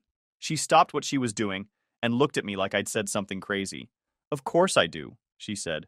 "You're my son. I raised you. That hit harder than anything else." When she left, I sat on the old couch and listened to the house creak in the wind. It felt weirdly peaceful. Lonely, but peaceful. The first night there was rough. Every sound made me jump. I barely slept, replaying everything in my head. The arrest. The questions. Susan's blank stare that night. It all looped like a bad dream I couldn't wake up from. The next morning, true to her word, Mom showed up with bags of food. Milk, bread, canned soup. She also brought a cheap prepaid phone, just in case. She tried to smile, but her eyes were tired. She stayed for an hour, mostly sitting beside me while I ate breakfast. She didn't say much, just small stuff like, "Try to rest," or "I'll be back soon." I could tell she was holding it together just for me. Days passed like that. Long, empty, quiet. My mom came by every couple of days, always looking over her shoulder before knocking. My dad never showed up, not once. The only thing that kept me from falling apart completely was my mom's faith in me. Every time she looked at me, I saw it, the belief that I wasn't what they said I was. And when the world turned its back, her voice was the only one that still sounded human. About a month after my arrest, I had my first court hearing, a preliminary hearing. The trial itself didn't start until a few months later. I remember sitting in the courthouse hallway that morning, hands sweating. Every time the double doors opened, I caught a glimpse of faces, neighbors, old teachers, all there to watch. Not for justice, for entertainment. When they called my name, it felt like the ground tilted under me. The courtroom was packed. Susan was sitting at the witness table with her lawyer, hair tied back neatly, wearing a simple sweater that made her look soft and harmless. I'd never seen her look so composed. When she stood up to testify, she started crying almost immediately. Real tears. Or good acting. I couldn't tell any more. She said that when she came home that night, I was waiting in the kitchen, that I cornered her, blocked the doorway, and said things that made her scared to scream. She said she froze, terrified, and ran upstairs once I was finished. Her voice broke in all the right places. The jury was eating it up. Then she added the part that made me want to scream, that she used to think I liked her, but then realized I was just pretending to be nice to get close. The same thing she'd said months ago, flipped completely upside down. I gripped the edge of the table until my knuckles went white. My lawyer, a middle-aged guy named Frank who looked more exhausted than confident, whispered, "Don't react." But it was impossible not to. Listening to her rewrite that night, watching everyone nod along like it made perfect sense, made me feel like I was standing outside my own life. Then the parade started. Random people taking turns pretending to remember something. A woman from our neighborhood said, "I always got strange vibes from him." A guy I barely knew from high school said, "He was too friendly with kids." Even someone from college mentioned I seemed withdrawn lately, as if being quiet was a sign of guilt. None of them had real proof, just feelings, opinions, and feelings were enough. When it was our turn, Frank stood up and said, "Your Honor, there's reason to believe there would have been footage from the Ring camera outside the home, which could confirm my client's movements." The room shifted. Finally, something that could help me. But before he could go further, Mrs. Miller, who looked like she hadn't slept in days, took the stand. Her hands trembled as she spoke. "The Ring camera hasn't worked in weeks," she said softly. "The lens cracked after a storm. My husband was supposed to replace it, but he never got around to it." My stomach dropped. The prosecutor, this slick guy with a perfect haircut, jumped on it immediately. "How convenient," he said, loud enough for the jury to hear clearly. "The one thing that could have shown what really happened. Broken." Frank objected, but the judge just told him to move on. So that was it. No footage, no proof. Just her words versus mine. When I took the stand, I told the truth. Every detail. How Susan came home not long before her mom, looked at me weird, and went straight upstairs. How I stayed in the living room the entire time. How Mrs. Miller came home later and paid me like it was any normal night. I tried to sound calm, steady, but every time I spoke, I could feel Susan's eyes on me. Blank, cold, like she was daring me to mess up. The prosecutor tore me apart. "So you expect the jury to believe she just made this up?" he said. "Yes. Why would she do that?" I hesitated. "Because I rejected her months ago." That made the whole courtroom buzz. Susan put on a perfect shocked face, like I'd said something disgusting. The prosecutor smirked. "So now she's lying because of unrequited love? That's your story?" I wanted to scream. "It's the truth!" But he didn't care. None of them did. By the time closing arguments came, I knew which way it was going. The prosecutor stood tall and dramatic, talking about broken trust, innocence destroyed, and how parents deserve to feel safe leaving their children with responsible adults. I wasn't a person anymore. I was a headline. When Frank spoke, his voice was calm but tired. He said there was no physical evidence, no consistency in Susan's story, and that everything pointed to reasonable doubt. But reasonable didn't stand a chance against a crying 19-year-old girl and a town that already decided I was guilty. The jury went to deliberate. They were gone maybe an hour, not even enough time for lunch. When they came back, they wouldn't look at me. The foreman stood up, cleared his throat, and said the word, "I'll never forget, guilty." Everything went silent. I didn't move. My mom let out this quiet sob behind me, like she was trying not to fall apart. My dad stood up, face stiff, and walked right out of the courtroom without saying a word. Just left. The judge's voice sounded far away, like underwater, as he read out the sentence. 4 years in state prison. 4 years for something I didn't do. Sentencing was set for a few weeks later, and when I finally stood before him again, he gave me the same 4 years. A week after that, they put me on the bus. Shackled wrists, shackled ankles, a long ride through nowhere. The guy next to me kept humming under his breath. Every bump in the road made the chains rattle. When we pulled through the prison gates, the sound hit me first. Metal doors slamming, guards shouting, voices echoing through concrete. The first week was chaos. The noise never stopped. Yelling, footsteps, metal scraping metal. Even sleep didn't help. There was no quiet, not even for a minute. The air smelled like sweat and bleach. At 18, I had no clue how to handle it. The guards didn't explain much. They just barked orders. Hands at your sides. Eyes forward. Don't talk. You learned the rules by watching, and if you broke one, you found out the hard way. By the third day, people already knew what I was in for. That's the thing about prison. Word spreads fast. I was the kid sitter. That was all anyone needed to hear, before the rumors twisted it into something worse. Hey, that's the babysitter, one guy muttered as I walked by in the lunch line. Another snickered, keep him away from the new guys. I tried to ignore it, but you can't hide in a place where everyone's trapped together. The first fight came out of nowhere. I was in the chow hall, tray in hand, when someone shoulder-checked me hard enough to spill my food. I turned around, ready to apologize, but the guy just smirked. Watch where you're going, babysitter. Before I could say anything, he shoved me again. Then came the punch. Straight to the face. My vision flashed white. I went down, and the tray clattered across the floor. The guards didn't move. They watched. One of them even smiled. I got up bleeding, dizzy, and humiliated. That night, I slept with one eye open. A few days later, it happened again. This time in the yard. Two guys circled me, calling me names. I tried walking away, but one grabbed my shirt. You think you're better than us? He said before slamming me against the fence.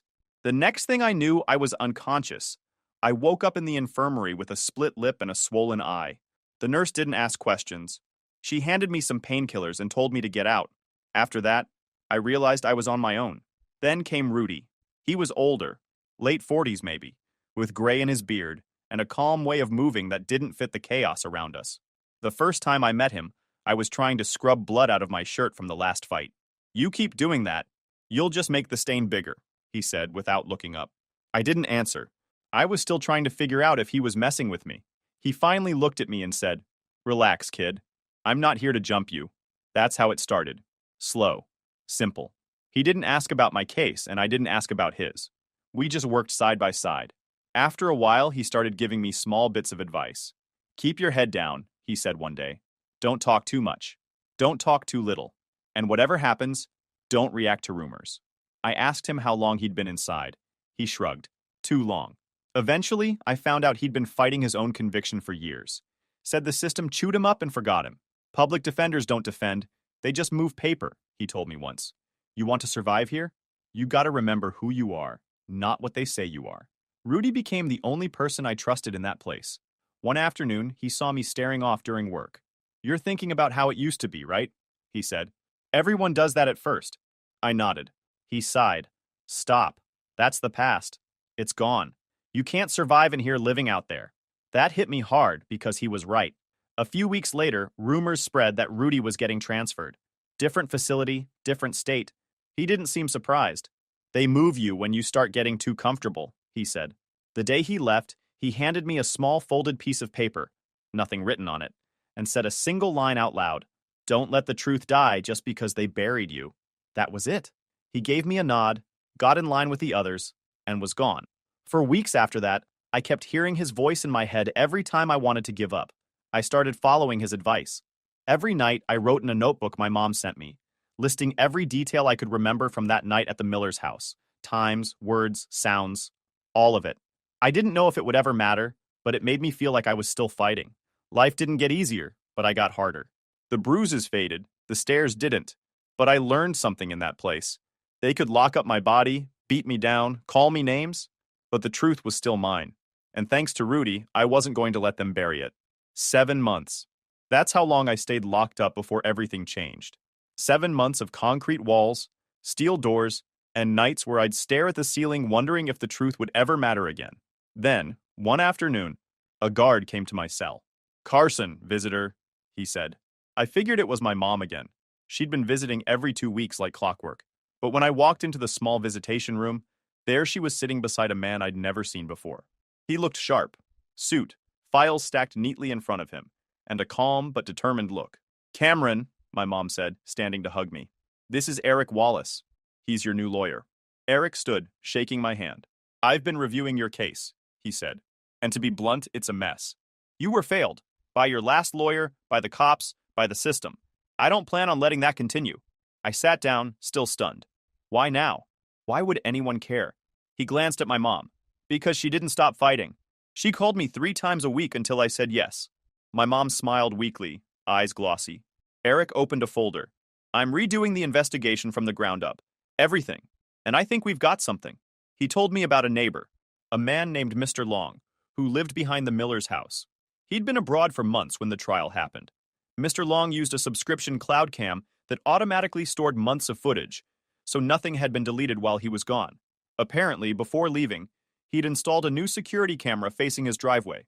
What no one realized was that the edge of the footage caught the Millers' front porch and part of their walkway. My heart was racing. Everything? Everything that matters. A few days later, Eric came back with a laptop. In a small meeting room, he played the footage. The timestamp read 9:24 p.m., not 8 p.m. like Susan had testified. The video showed Susan walking up the driveway alone, texting on her phone, calm as could be. No one followed her. No hesitation, no distress. Then, around 9:32 p.m., Mrs. Miller's car pulled up. A few minutes later, I came out, backpack slung over my shoulder, walking normally to my car. No yelling, no running, nothing strange. Eric hit pause. Her entire story, that you cornered her at 8 p.m. and she ran upstairs terrified, is impossible. She wasn't even home yet. My mom covered her mouth with both hands. I knew it, she whispered. But Eric wasn't done. We also got the internet connection records. The Millers' smart home setup automatically synced its router data to their Google account, and it shows her phone connecting at 9:25 and yours disconnecting at 9:35. That matches this footage perfectly. As I sat there staring at the frozen image on the screen, the proof I'd begged for months ago. Eric looked at me seriously. We're filing a motion to overturn. But this time, I'm not letting them twist anything. 2 weeks later, I was back in court. No prison uniform this time. Just a plain shirt and my mom's hope holding me upright. Susan sat across the room with her lawyer, looking pale. Mrs. Miller was there too, avoiding eye contact. Eric presented everything. The footage, the logs, the inconsistencies in Susan's testimony. Then he did something that caught everyone off guard. He called Mrs. Miller to the stand. She hesitated, glancing between Susan and the judge. Mrs. Miller, Eric began gently. The night of the incident, did your daughter appear distressed when you returned home? She shifted in her seat. No. She was in her room. Quiet. I assumed she was asleep. So she didn't tell you anything about an assault that night? No, she said, voice trembling. Not until the next morning. Eric nodded slowly. And when she did tell you, did anything about her behavior strike you as odd? She hesitated again. She seemed angry, more than scared. Eric paused, then turned toward the judge. So to be clear, the alleged victim showed no signs of distress, made no immediate report, and gave a timeline that directly contradicts physical evidence. The prosecutor tried to object, but the judge let him continue. Eric pulled up the footage again. Here is Susan arriving home, calm, alone, at 9:24 p.m. Here is Mrs. Miller arriving at 9:32 p.m., and a few minutes later, my client leaves. There's no confrontation, no panic, no evidence of fear. When Susan took the stand again, she tried to keep her composure. But when Eric asked why her timeline didn't match the footage, she froze. I must have mixed up the time, she stammered. Mixed up an entire hour? Eric said calmly. Or did you lie? Tears welled in her eyes. I didn't mean for this to happen, she whispered. Eric stepped forward. Then why did you say it at all? Her voice cracked. Because he embarrassed me. He turned me down, made me feel stupid. I just wanted him to pay attention. I didn't think it would go this far. The courtroom went dead silent. My mom started crying quietly. The judge looked furious. Are you admitting that your testimony was false? Susan nodded, sobbing. Yes. The judge's voice turned sharp. Then this court vacates the conviction against Cameron L. Carson. You are remanded into custody while the district attorney files perjury charges. I didn't even move. For 7 months, I dreamed of hearing those words, and when they finally came, my mind went blank. They unshackled me right there. My mom rushed forward, hugging me so tight I couldn't breathe. You're free, she kept saying. You're free. My dad was there too, standing near the back, stone-faced. He didn't say a word, just turned and walked out before anyone could stop him. Outside, the sky looked brighter than I remembered. The air felt lighter, real. Freedom didn't feel like justice. It felt like finally coming up for air after being held underwater too long. And for the first time in months, the truth wasn't buried anymore. But just because I was free didn't mean it was over. Over the next year, Eric and I fought the civil case. A few months in, he called me with an update. They're trying to settle, he said. Settle? I asked. Susan's lawyer is offering a payout. They want you to sign a non-disclosure agreement and move on quietly. I didn't even let him finish. No. Cameron.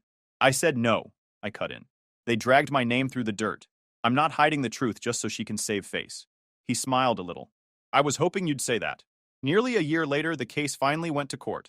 This time, I wasn't the one sitting there scared. She was. Susan came in wearing a black suit and fake tears, acting like she was still the one who got hurt. She even told the judge that the internet made her life miserable since the truth came out. Eric stayed calm, methodical. He didn't argue or yell. He just laid out the same facts, the footage, the router logs, her confession. Then he asked her one simple question. Did you or did you not make a false police report against my client? Susan's voice cracked. Yes. And did that report lead to his imprisonment? She nodded, staring at the floor. That was it. No dramatic speech, no fancy closing. Just the truth, right there for everyone to see. When the verdict came in, I won. Damages granted. It wasn't about the money. It was about everyone finally knowing I wasn't the monster she'd made me out to be. For once, people stopped whispering when I walked into a store. Some even apologized.